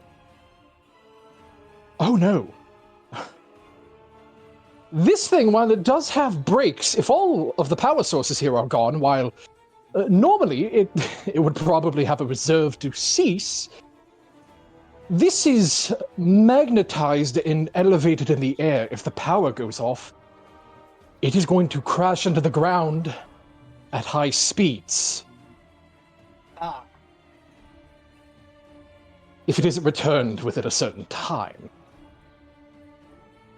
And I can assure you, death in this rail is not permanent, but it is not a fate you would want to suffer here. Ominous. I'm in a ball of fire. Much like... And Burn will just trail off and get that 1,000-yard stare. Certainly. Now, is there any final queries you have? I'm afraid I must be getting off fairly soon. Well, I did drop a question earlier. What are you hunting recently? Just curiosity. Ah! Werewolves. Would I know anything about werewolves? Would I also know anything about werewolves? That might be. I mean, for you, Antonius, you can make me I'd say history. For you, Onamuk? Yeah, you can make history too. Alright. I'm not very trained in it, but maybe I've come across werewolves. 19. How the heck are you more knowledgeable on werewolves than Antonius? I mean, I was fighting beast people, so it does make some sort of sense. Werewolves make no sense to you, Antonius. At least you've heard of the name, certainly, but you know nothing about them. Same for you, Bird. It's a word that has just kind of made its way into your lexicon, but it has no meaning. Words Like, how don't about exist in the me? jungle. How about me living in a forest? I love how the two of us that have, like, the lowest mod rolled the Generally? highest. Generally you, Fox, yeah, you can absolutely roll that. You have advantage. As for you, Onamuk, you have no idea. Whatever it is, it sounds like a beastman. Sounds like a beast folk or whatever. Like, whatever the fuck it is. Yeah, those beast folk can be a bit of a hassle. Good luck. As for you, Ace, and for you, Fox. Fox, I mean, you heard of them. You know a little bit about them. You know, silver. Something about a compact with the moon. Something that just, you know, forces them to transform. And that it's contagious, but that's about all you really know. No, like, succinct details. You, Ace? Yeah, you fucking do. I mean, you know of, what was it, Innistrad? Ravnica. Oh, I know. But I'm sure you might have heard about Innistrad, if I believe that's what its name was. Yes. And you've probably heard tales, so, yee. Like, Ace doesn't show emotion, like, he physically can't, but, like, you don't even need to, like, inside him, you can just see, even on his, like, blank face, you can feel the cringe a little bit. Yeah. He kind of, like, tilts his head a little bit, and you see his eyes, like, his eyes at this point have been glowing, like, a very faint, like, almost like a faint, almost like bronzish color. They, like, very briefly flash red, but then go back to their normal thing, and he's like, yeah, I know what those are. They're not fun. Most certainly not. I'd just come from a stint in Richemouleau, so, I'd already had my hands full with were-rats. A different strain from werewolves, but it certainly was not fun. And I'm heading to Kotakos next, which is, from my understandings, nothing but werewolves. After that, though, it's going to be a brief trip back home to Mordant. I need to check on the twins. And then I'll be heading to Barovia soon. Well, good luck to you. Oh, I'll certainly need it. how do you get food to Damn appear girl running here? off. A thought just occurred to me. Sorry, I didn't mean to interrupt you. No, it's all good. He seems to be musing to himself more than anything. But you asked that a lot? Yeah, he asks, how do you make food appear here? Oh, apologies. I was lost in thought. You don't. They're out of food. What kind of... This place sucks. Correct. If you wish to inquire about food, at the very least, you might have to go looking around. Last I recall, the head chef had holed himself up in the kitchen. Alright, that... Put a pin in that, is one of the many things we're gonna have to deal with here. Oh, certainly. But for now, as my destination is quite rapidly approaching, as you see him collect his things, stand up and pull himself out of the bench and into the walkway, you see he has a cane at his side that he pulls from just beside him before you see him readjust his clothes, tap it twice on the floor, before reaching into a pouch at his side and producing out a strip of cloth and placing it onto the table. If you take this, you should be able to make your way to the bar. Be careful, though. Last I checked, there are a couple of rowdy individuals over there. Animac will take But- the slip of paper. They should be useful if you're in look of any arcanely inclined trinkets. That could be useful. In either case, I wish you all the best of luck with your endeavors here. As you see him raise up the cane just a little bit, as you see him mentally psych himself up a little bit, shake his head very clearly like, oh, here comes my least favorite part, as he turns around and makes his way towards the door. Remember, gentlemen, tuck and roll. Tuck and roll? Tuck and roll. Before he makes his way through the doorway.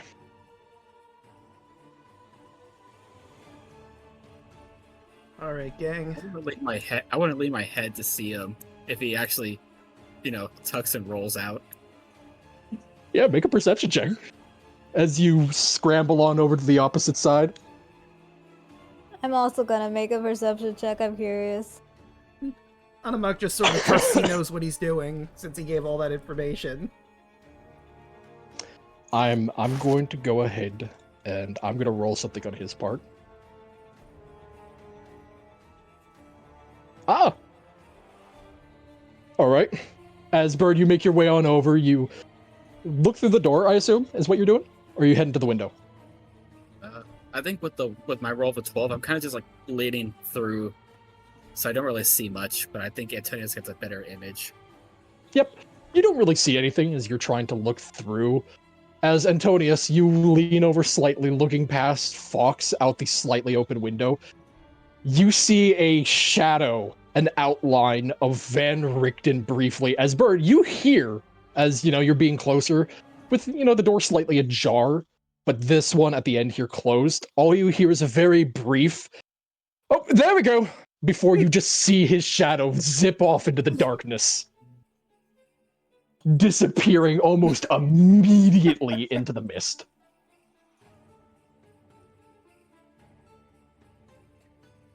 Alright, gang. Where are we gonna go then? We've got a few options here. I don't think we should go to the engine car, given what he told us. So, doctor or bar? Well, we need to go to the doctor anyways. True. Maybe they can tell us where these guards are.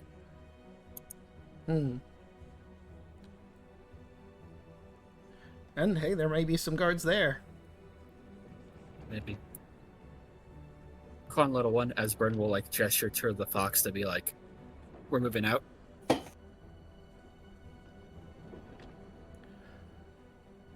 Thank you, Broden. I'm looking forward to bashing some royal heads.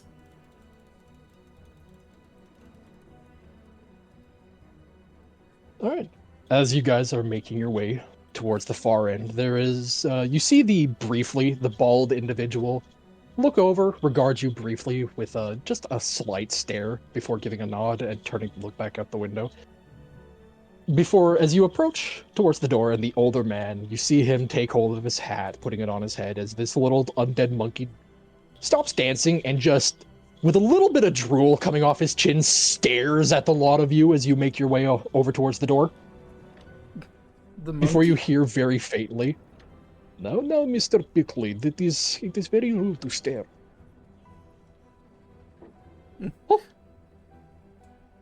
Animop's gonna narrow his eyes at the monkey and do the points at his eyes, then points to the monkey. I'm watching you. One eye stares at you as the other one just starts wall-eyeing. That's what I thought. Alright. I don't mean to be rude, sir, but aren't those things usually supposed to be alive? At one point, he certainly was. No! No, he's just fine the way he is. As, given what you were saying, holding the set of bloodied bandages aloft, you are going to move towards the door? Yep. Alright. Animop will Just gesture at the fog wall for Burn to walk through since he's the one with the bandages. Alright, I'm gonna touch the summon signs first, make sure you guys spawn in, and then I'll interact with the fog wall. Good, good. Thank you. Of course, as is tradition. You gotta make sure to do Okay. the make contact emote just so it actually connects. You know how it is. Alright, so Mm-hmm. Burn is going through first, so I'll just go ahead and set you there. Then you... I'll have to put you guys into the car a little bit, Alright. because big... I Big swear, bird. I think I know who this guy with the monkey is, I swear. I know. don't. I genuinely don't. I could assure you, you don't. Okay. I was gonna say, I swear if this is a fucking Blinsky reference. Yeah, Oh no. You know, Almost more I certainly was about to say is that fucker, the bald fuck, is that bald guy in the bottom that looks like fucking soul loss.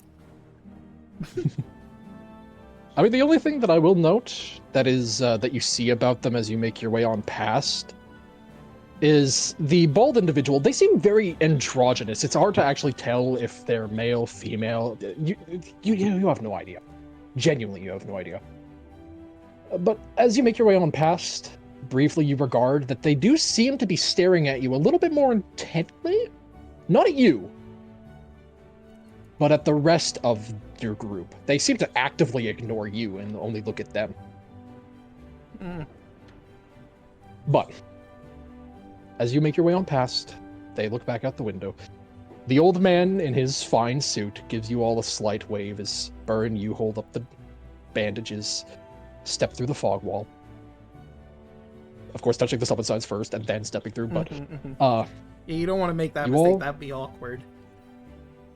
you all step through and find yourselves in a rather enclosed hallway with several other doors ahead of you. 3 of which to the left and to the right, with one at the very far end of the hallway. Interestingly, you can actually get the scent of what smells like herbs cooking. Like someone is boiling something, like currently in the process of cooking food. Further ahead.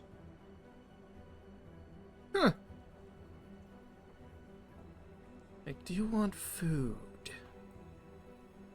But we should probably focus on what we're doing first.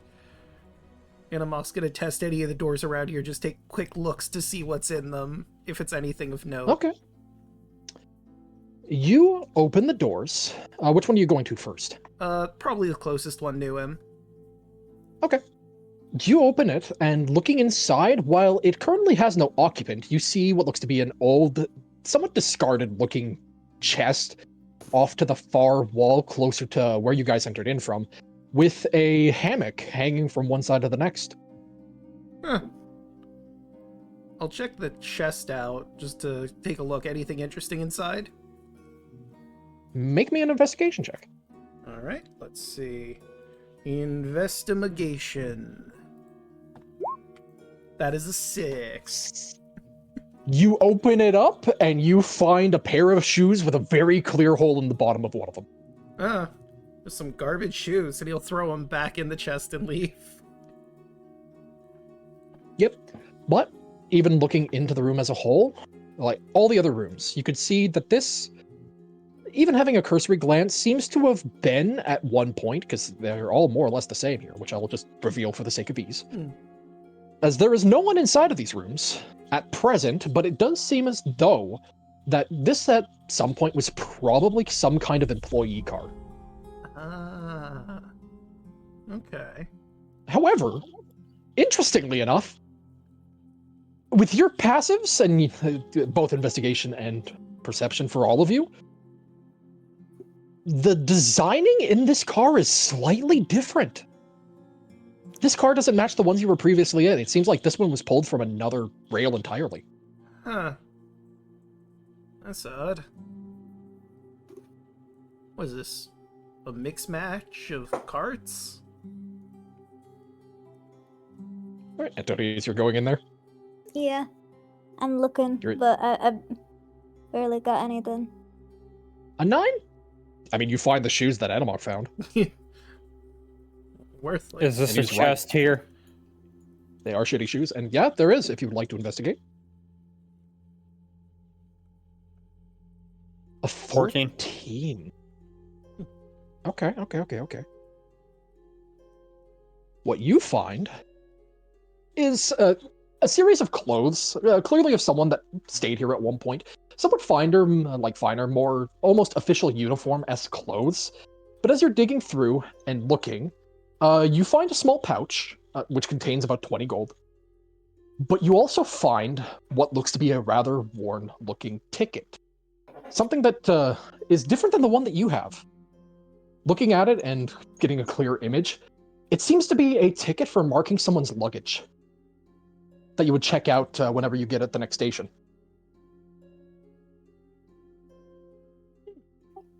He's gonna pocket that. And if they're like, you said that there were like uniforms in here. Yep. They seem to be similar in design to Conductor Gordon's, but less official. He's gonna take it. He's gonna take one of the uniforms. All right. And Antonius, just pop it in, and that's a surprise tool that might help us later. True. Yeah, I'm checking this room. I'll do an investigation. I might check the one that I'm nearby again just to double check, make sure if there's anything in it, since we seem to be all investigating. Yep, by all means. That is a 6. 6 again! Okay. I can't We're find rolling great anything. on this. We sure are. Hey, I'm glad the rolls are low when we're not fighting. So, Antonius, you go into that room, you take one look into this room, you see at the far back of the wall a bit of a chest, similar to the ones that you've seen before, that the top of it has been crunched in, like someone punched clean through it. And you look inside, and all you see is the fragmented remains of wood that was in here, and what looks to be a shattered porcelain doll on the inside.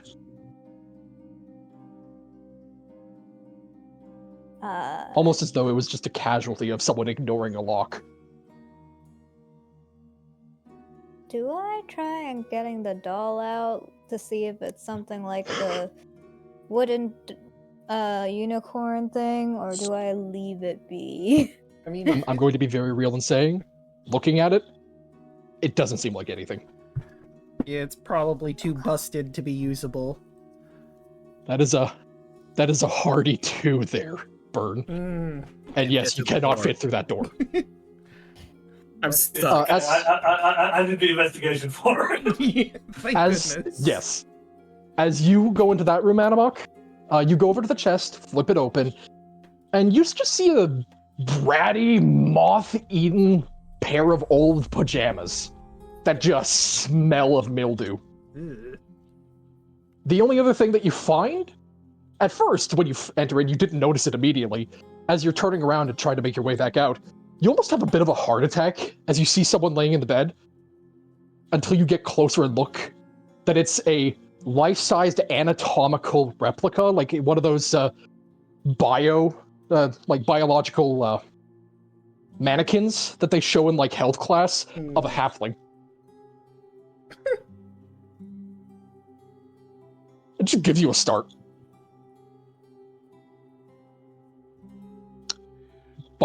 that's about all you find in that room. Riku As for you, finds Fox. interesting stuff. Yeah. God damn. So he's find anything As of for you, note? Fox. Oh, sorry, go ahead. That's all good. Last room.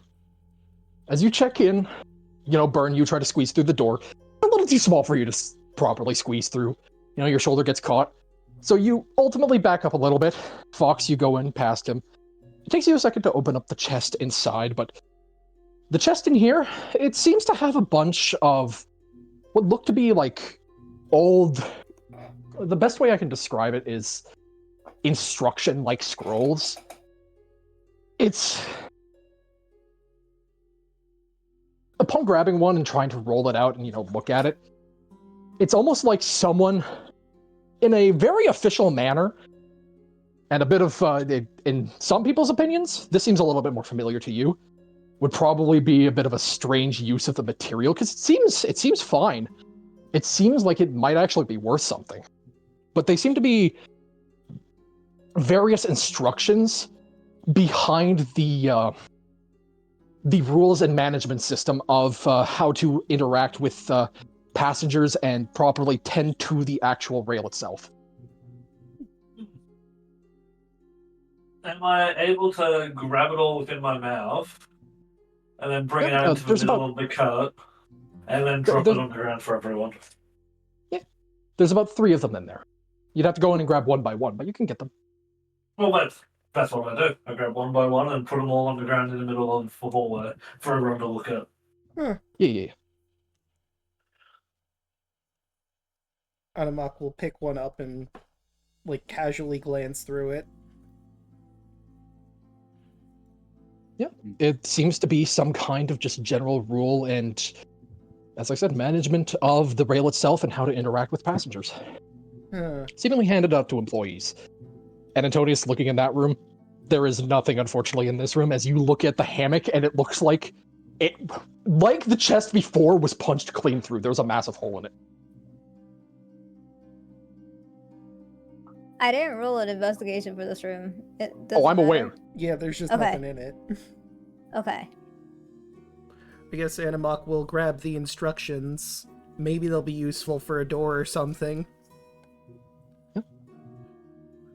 So Ace, you find anything of note?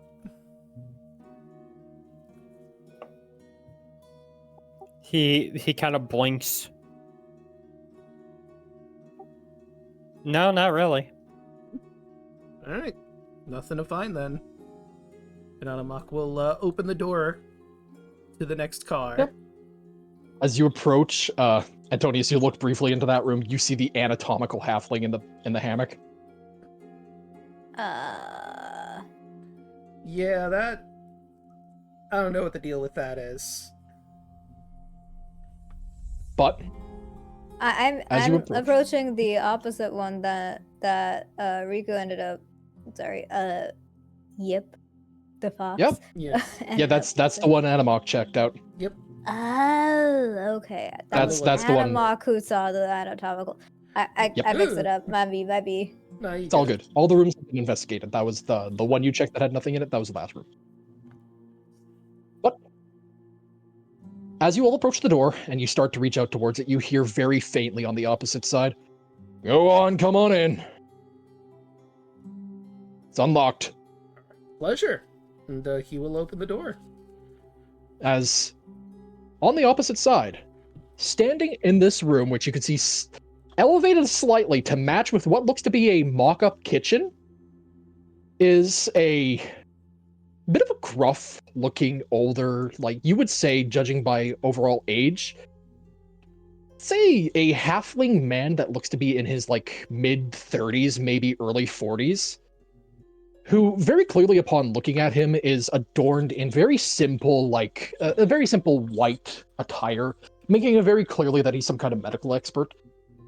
Interestingly enough, seeing getting a good look at him, having shorter, messier brown hair, a slight beard growing in, he has a very tired expression.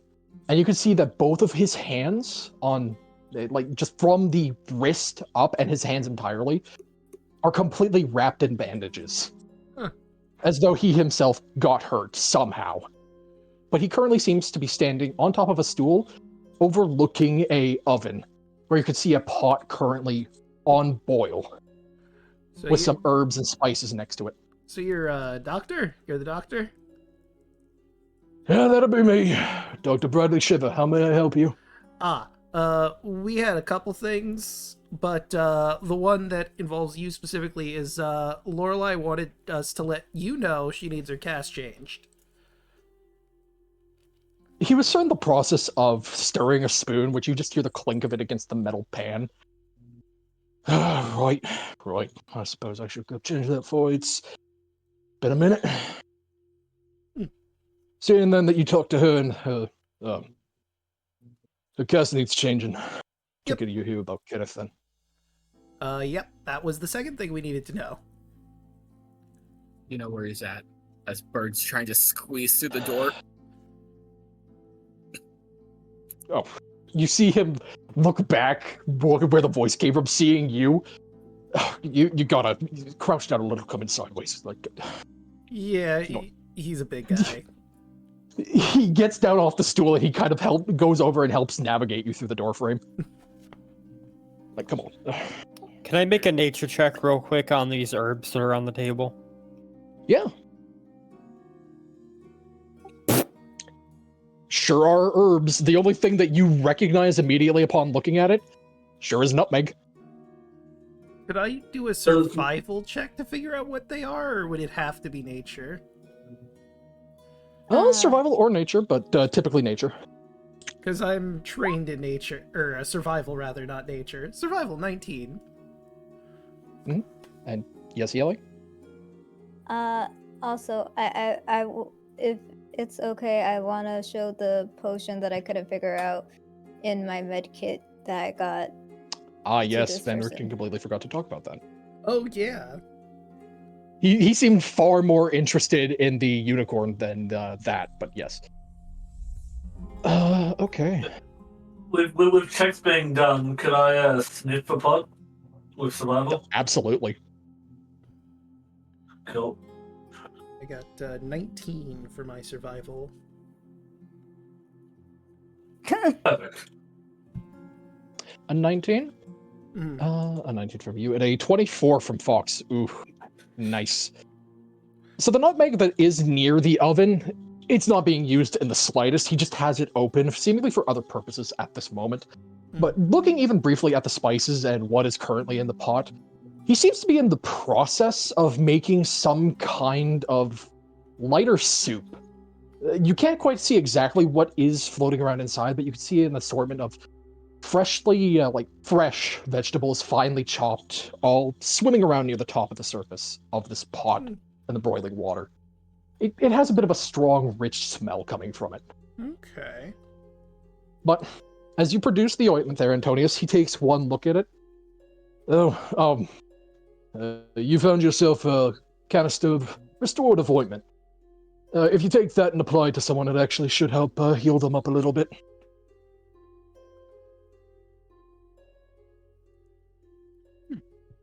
Alright. Tropical healing. Nice. Which, let me just go ahead and check.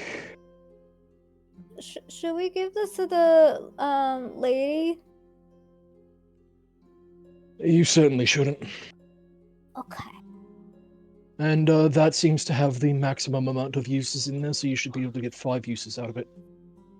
As I'm going to go ahead and make this available for you now. Ooh. Restorative ointment. And it has 5 for you. Nice. Yep, 5 uses. I could cure poisons and diseases. Nice. Yep. That's a really useful one. It's a lesser restoration and a better healing potion. But you see Bradley reach over, turn one of the knobs on the oven, and turn slightly on his stool before looking at you, Antonius and Anomak, and just kind of shooing you back as if he's intending to walk past. Right, he will I move get out of away. the doctor's way so he can actually get to things. Yep. He makes his way on over here as you see him walk over towards a series of various jars a couple of boxes, just a number of medical pieces of equipment and supplies that are splayed out on a shelf. But as you, of course, say that aloud, Antonius asking, should we use this on the lady? He just shakes his head. I can assure you, sir, her alongside many of the other people here are a lost cause. The only help you can give them is the sweet mercy of death. On the note of which, you hear about Kenneth. Got a message for him. No, you're not going to be able to deliver it. Guess he's... Yeah. A long time. Well, that's not good. Sure, I'm sure you've already taken note to how weird this place is, yeah? Let me ask. How much have you been exploring here? We explored the dining car where we came in, and now here. But we've seen a couple of spookums and what have you around. So only your first stop, then? We took care of the family already. The young boy with the two shades.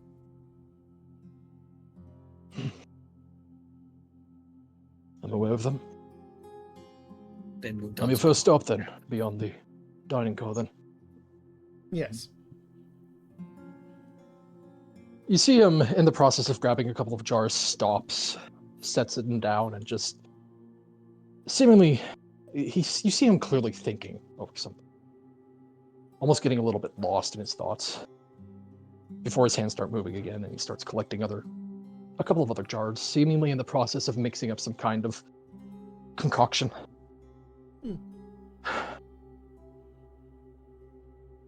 Unless they are like you, who weren't originally on board. Every single person that was on this rail, getting out of Cyre, every single one of us is dead. Yourself included? He'll stop moving one of the jars off to the side, where you see him take a second, unwrap his arm a little bit, and you'll see immediately as he unwraps it, his skin looks like jerky. Ah. It looks the best way, and, without tipping the scale here for obvious reasons, mummified. Ah. Ace's eyes flash red again for a split second before going back to normal. Yeah, he wraps it back up. Kenneth, depending on how you look at it, was one of the unfortunate or fortunate bastards here on this rail. Died before we got overtaken. Never revived. His body ain't even here. Like he never existed to begin with. Poor bastard.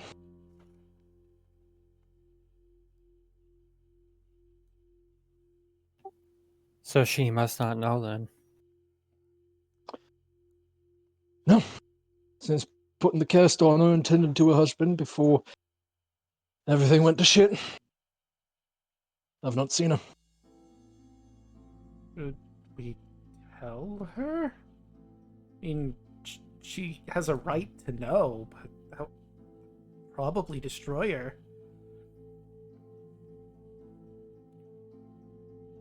That's entirely your decision. As he turns around, holding what looks to be a alchemical concoction in his hand, it's this pale, almost looking potion. Before he makes his way on over, putting it into his bag as he makes his way on up. What would it be? Would it be like, again, nature, like Arcana, to see if I can figure out what he made? Oh, yes, absolutely. You can make, either for me, a medicine or Arcana check.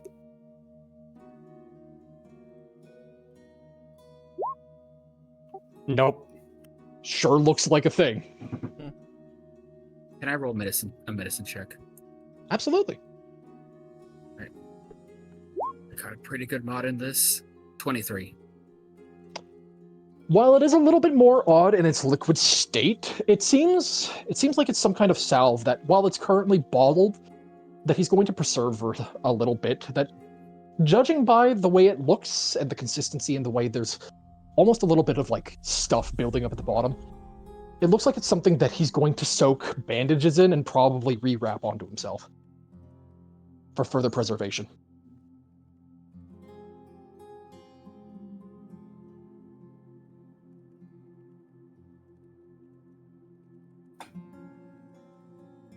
Well, I'm afraid to be a bit of a letdown and a bit of bad news for you. If you wish to tell Lorelei the truth, that is entirely in your hands.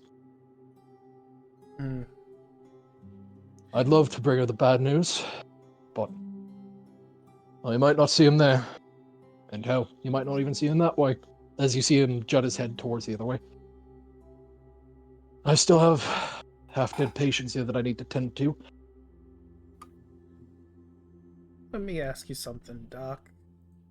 Would you have any knowledge on the last passenger? The guards that are roaming You see around? his face scrunch up at the words. Yeah, I know him. Never seen him, but I know of him. Any idea how we can track him down so we can end him? Or her. And if you're gonna find them, if you're gonna find them, you have to find their guards first. I don't know how well you'll find them. I think they're split up. Last I recall, before, everything went to shit, there was one of them in particular that was causing a bit of a ruckus back in the luggage cars, back near the coaches. It's a right fucking bloody mess it was. The others, they should be staying near the VIP car, keeping a close eye on the passenger. Okay, so we're gonna have to find a way to get ourselves over to the... we're gonna have to find a way to the VIP car and the...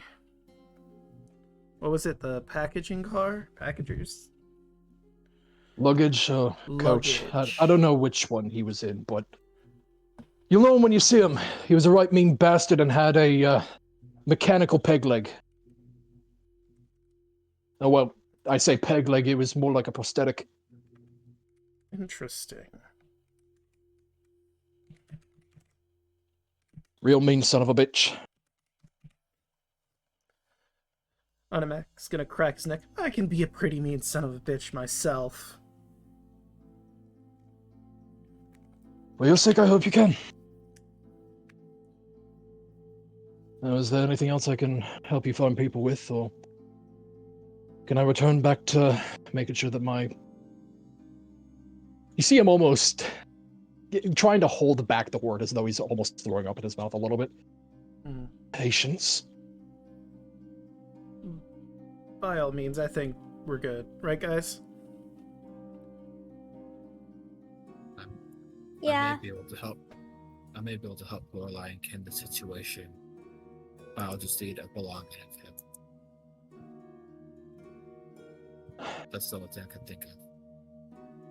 You should worry about helping yourselves. I've got my lot to take care of here. If you like something to eat before you leave, I thankfully still have some food stores around here. Given to me by other people like you that came through not too long ago. So I think it's been a couple months at least. Count over there as he points across the way. In among some of the stuff there, I think they left behind a couple of jugs of ale, some dried meats, and a wheel of cheese. You're sure you're fine sharing it? I mean, you said it's been months. I wouldn't want to take if you're struggling. No, I'm fine. Besides, you see him look at the pot. At this point, it's more for fanfare. It's better you take it. Alright. And he'll definitely take the ale and eat some of the dried meat for now. Alright. You find 2 large casks of ale. Well, I say large casks. They're roughly about 2-liter bottles. Okay. Any preserved fish? Fish? Yeah, you know what? High or low? Low?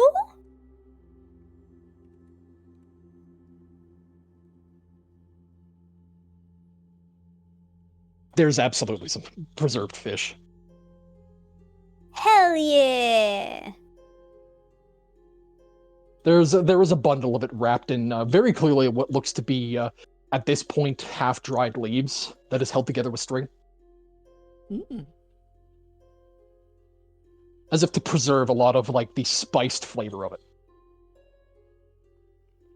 And of course, a 3-foot wheel of cheese. Hmm. Yeah, we're gonna take that 3-foot cheese.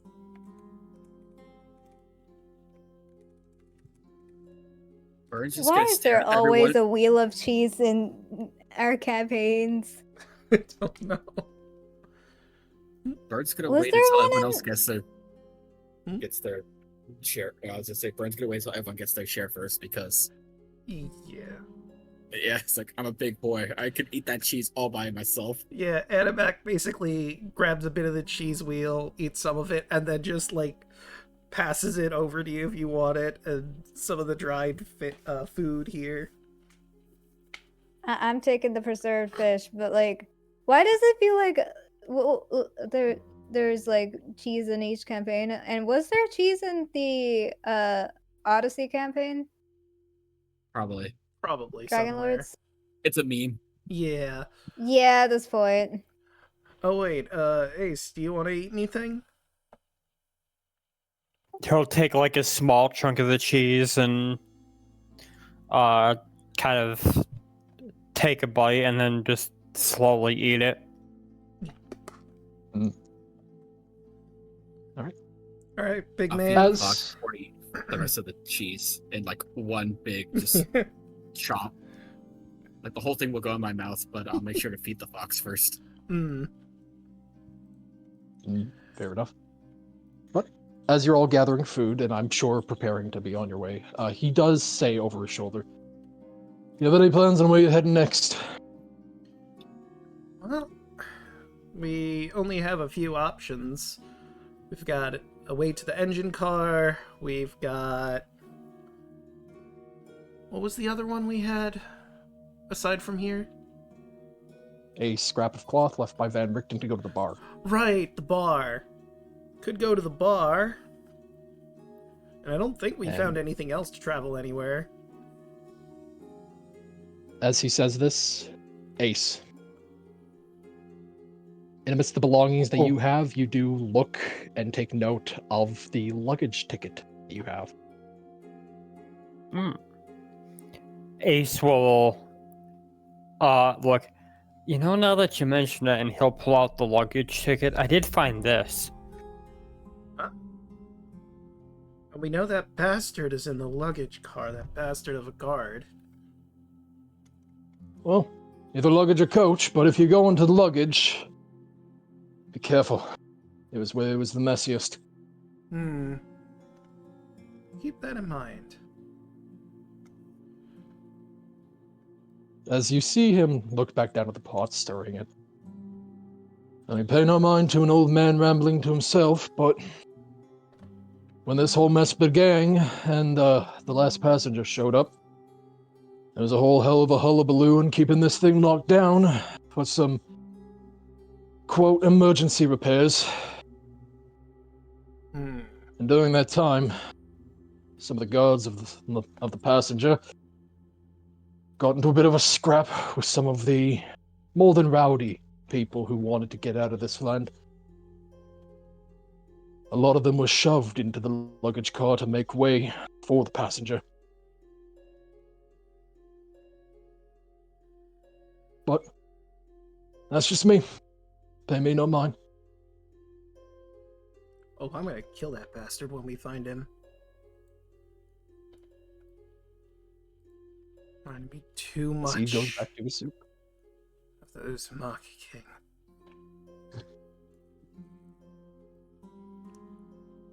He'll pop back in for a second. There anything of note over that way? You saying that aloud, or are you just looking? He's basically just popping his head in. Is there anything of note that ask him? Is there anything of note that way, or is that patience? You take one look in. It is an identical sleeper car, which he does turn his head over towards you. It's where I keep the half-dead patients. You won't find much there. I mean, unless you want to go rooting through half-dead men's belongings. Nah, I'm good. Just wanted to make sure there wasn't a chance we could find some other bits to get around this train around there. If there is, I'll have again to let you know. Otherwise, if you ever in need of aid, medical-wise, feel free to come back. I'll help you anytime. Appreciate it. We'll stop by. He'll give you a very faint nod. As you lot are going to move on. All right, Ace, present the ticket. Yep, I present the luggage ticket. Okay. As you present it, with Ace going first. Let me just make one quick adjustment. As I need to move this around just a little bit.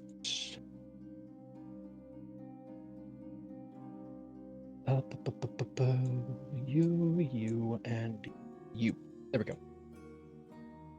Presenting the worn luggage ticket. You step through the door, the fog wall encompassing your body just briefly, the shunting of space around you as your senses get dulled for only a moment before you find yourself refocusing.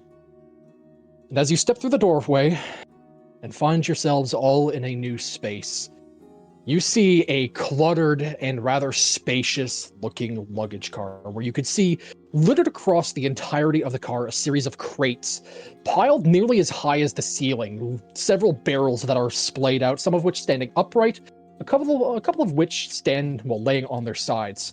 Some large spools of what look to be wire set up almost like tables, kind of half blocking your path.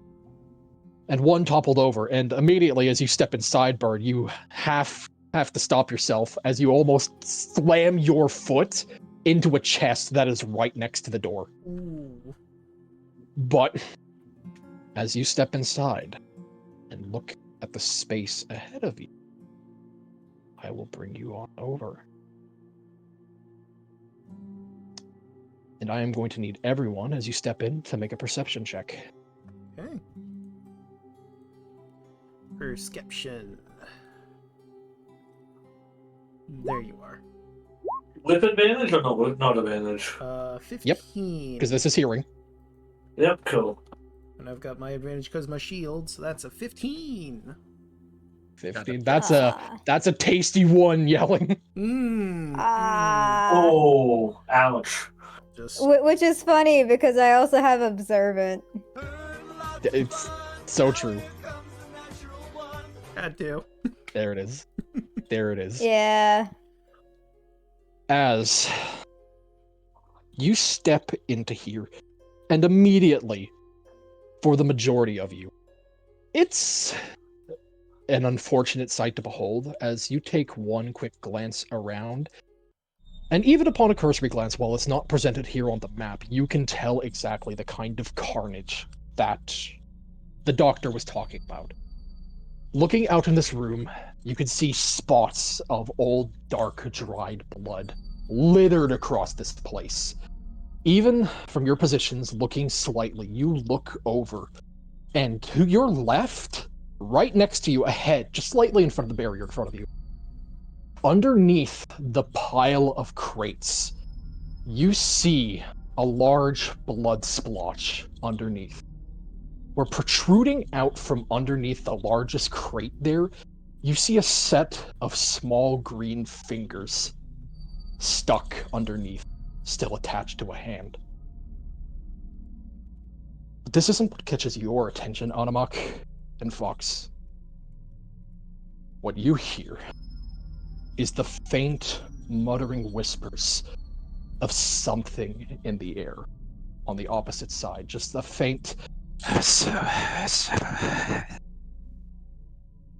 And to you two, you note that the air in here feels particularly cold.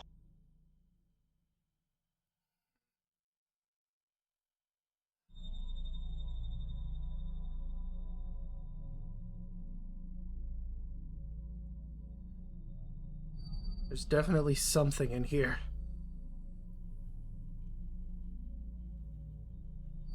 My ears perk up and obviously angle towards the sound of the noise at the far end of the room.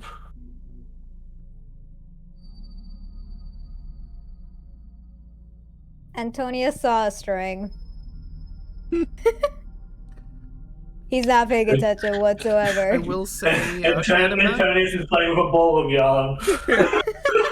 I will say Animac was enraged upon seeing the corpse here, and it looked like he might lash out at stuff here, but upon hearing that voice, he focused hard on survival. All right.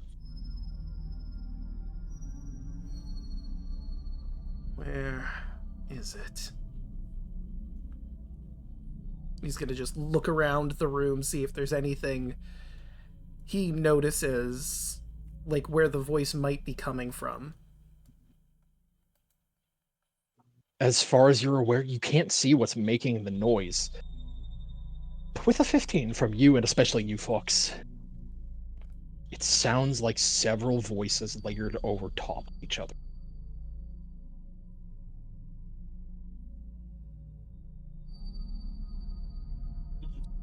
He'll look at Burn. What should we do, holy man? We purge.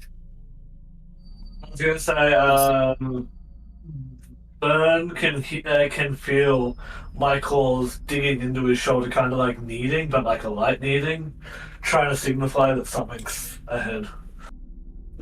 How high is like the ceiling? In this car, if it's, I would say, surprisingly, it's a fairly large car. It's about 25 feet tall. So if I stood on this top box here, would I be pretty close, or would I still have a lot of room? I'd say you'd be very close. You'd have to crouch down considering how high up it's stacked. Ace is gonna just kind of look at everybody and just say, wait here. And I'm gonna basically try to very carefully and quietly like crawl up the boxes and get into like a better vantage point to see if I can see anything better. All right. For me, I'm going to need 2 checks from you then. First, a stealth check to see how quiet you can be about this. 20. That's sleight of hand. That was a sleight of hand, but I believe your bonus for it should still be the same. It's still the same. Okay. Then yes. It's a 2 anyway. Then I'm going to need for you, the second check is an acrobatics. 18. 18. That is more than enough to quickly and quietly use some of the leverage of some of the knocked over boxes here to lift yourself up.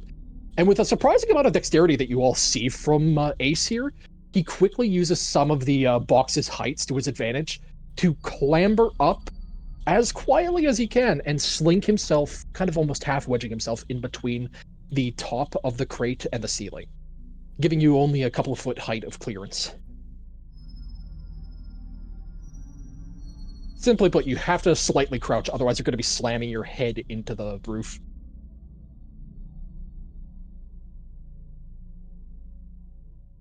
And I'll peer off and look over the crates here to see if I can see anything else.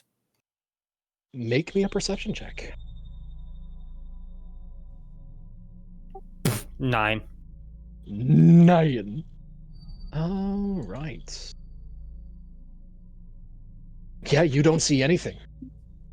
You look over the way and you can see that, much like over here as you are, there seems to be a similar amount of concerning amounts of blood on this side underneath the crates.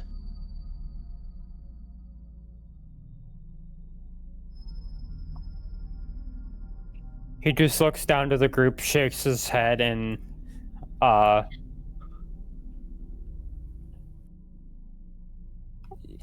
he's gonna get like right here so that he's not like so that he's not like right almost about to like bang his head on the top of the ceiling.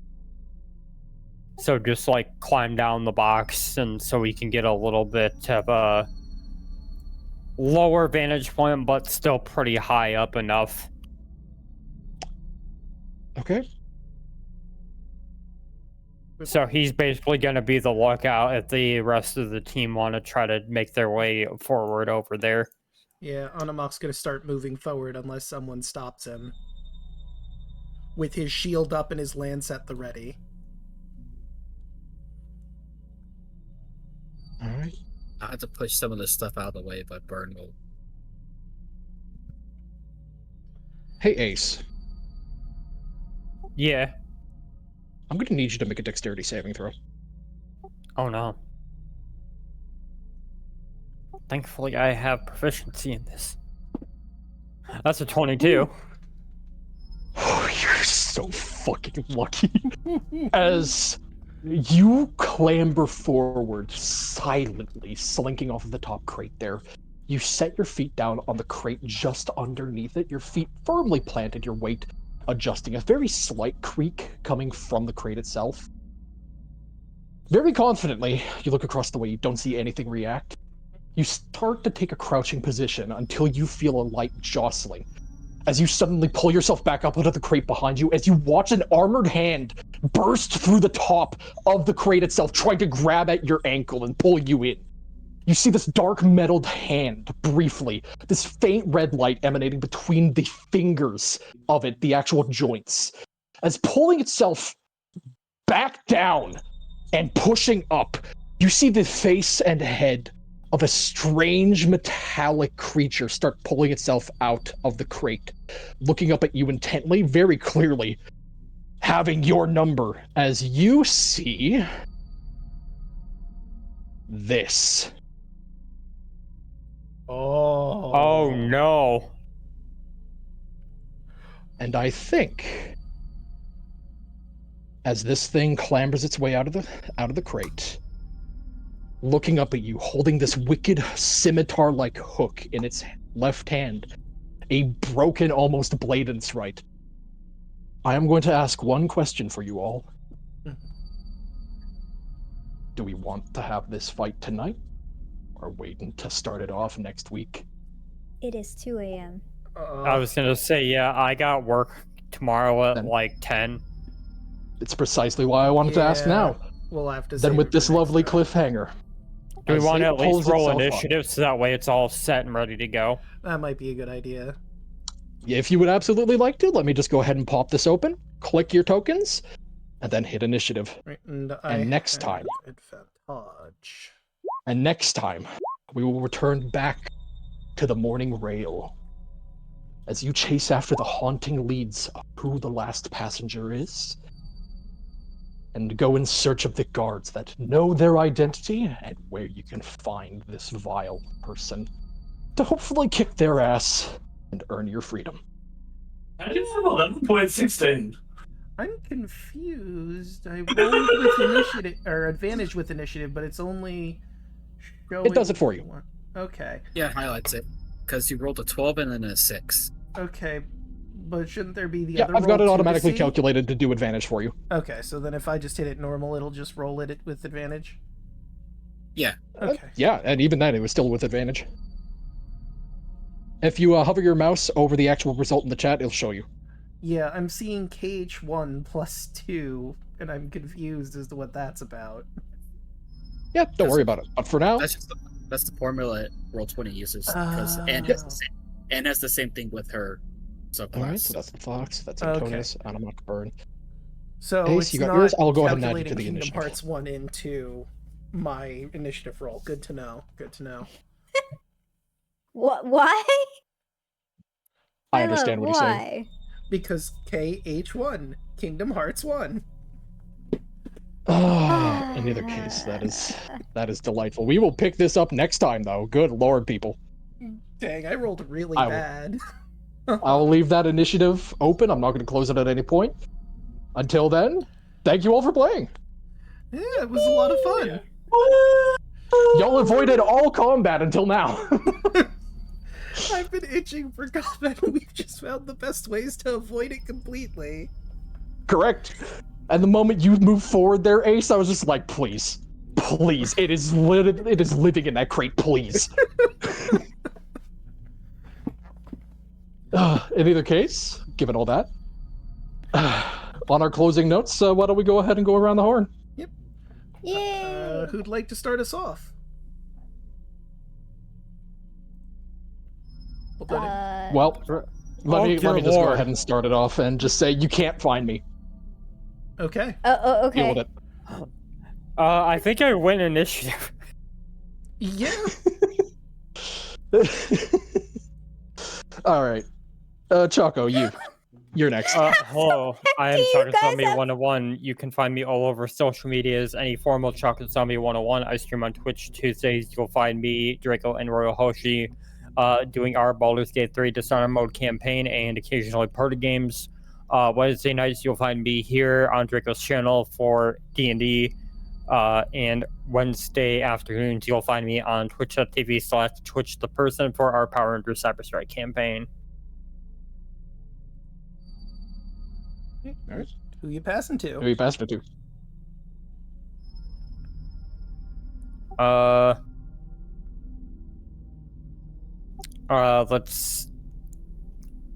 Let's give it to Yelling. Okay.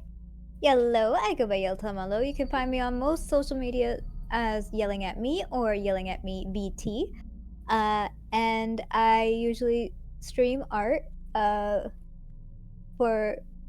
I've been doing rigging for Rex Tauti's mother's model, which is very fun. It's also how I realized that my funnel mouth shape has not been working this entire time, which does explain a lot about why my tracking has not been working properly. I was wondering why I can't get my ooze right. Anyway, outside of that, I also stream with Draco several times, and also with Riku here several times. I'll let Draco fill in on the collabs that I have with him, and I'll let Riku fill in collabs that we have with Riku. Do I send it to Brian or Riku next? I literally have nothing to plug. I'm just here on Wednesdays. We could go. That's Brada's plug. Riku next. I'm the one, the only, the amazing Riku, as always. And you know how to find me if you want to find me. That's all you're gonna say? Apparently. All right. Well, that just leaves me. You've already found me here. I stream Monday, Tuesday, Wednesdays. I'm over at Riku's on Thursdays and Saturdays, and with my lovely girlfriend Yellingatme on Fridays. Monday is Persona 3 Reload, where we're getting through the final month before the end of the world. You know, just normal stuff. Tuesdays, you can find me here with Chocolate Zombie 101 and Royal Hoshi playing Baldur's Gate 3, or sometimes we do party games. Wednesdays, you can find our heroes here as we continue through this horrible nightmare train and have to battle this metal monstrosity. Thursdays and Saturdays, you can find us over at Riku's while he's going through Mega Man, Starfall, Pegasus, where we're nearing the Star end. Force. Star Force! That's what I meant. That was a test. You both passed. Congratulations. Oh, why, thank you. What do I receive? You get 20 plus internet points. Yeah. You can spend those... What do I get? Well, you would also get those 20 internet points and something extra that I can't say on Twitch at the current moment. Wow, okay. I roll the sleight of hand to steal Yell's internet points. Wow. Wow, stealing the points right from under them. Damn. It's fine. I'll take the mystery gift thing. Nah. You take that. You take that. You also take Riku's ability to show up in humanoid form for this game. True. Huh? It was all a dream. What are you for? I win. I get your internet points. Yeah, apologies again for that in the beginning. That was a misunderstanding on my part, but continue. Fridays, you can find me over at Yellingatme's, where they are going through Pokemon Violet. We're nearing the end of the post-game stuff, I'm pretty sure. If I stop procrastinating. Yes, if that, which is a tall order, but I can try and get them to focus. Oh, shiny! But with all of that said and done, how about we find someone to raid? I only really have one person that's live at the moment, so we're gonna raid Hineto doing Code Vein 2. What should our raid message be? I put all aboard again.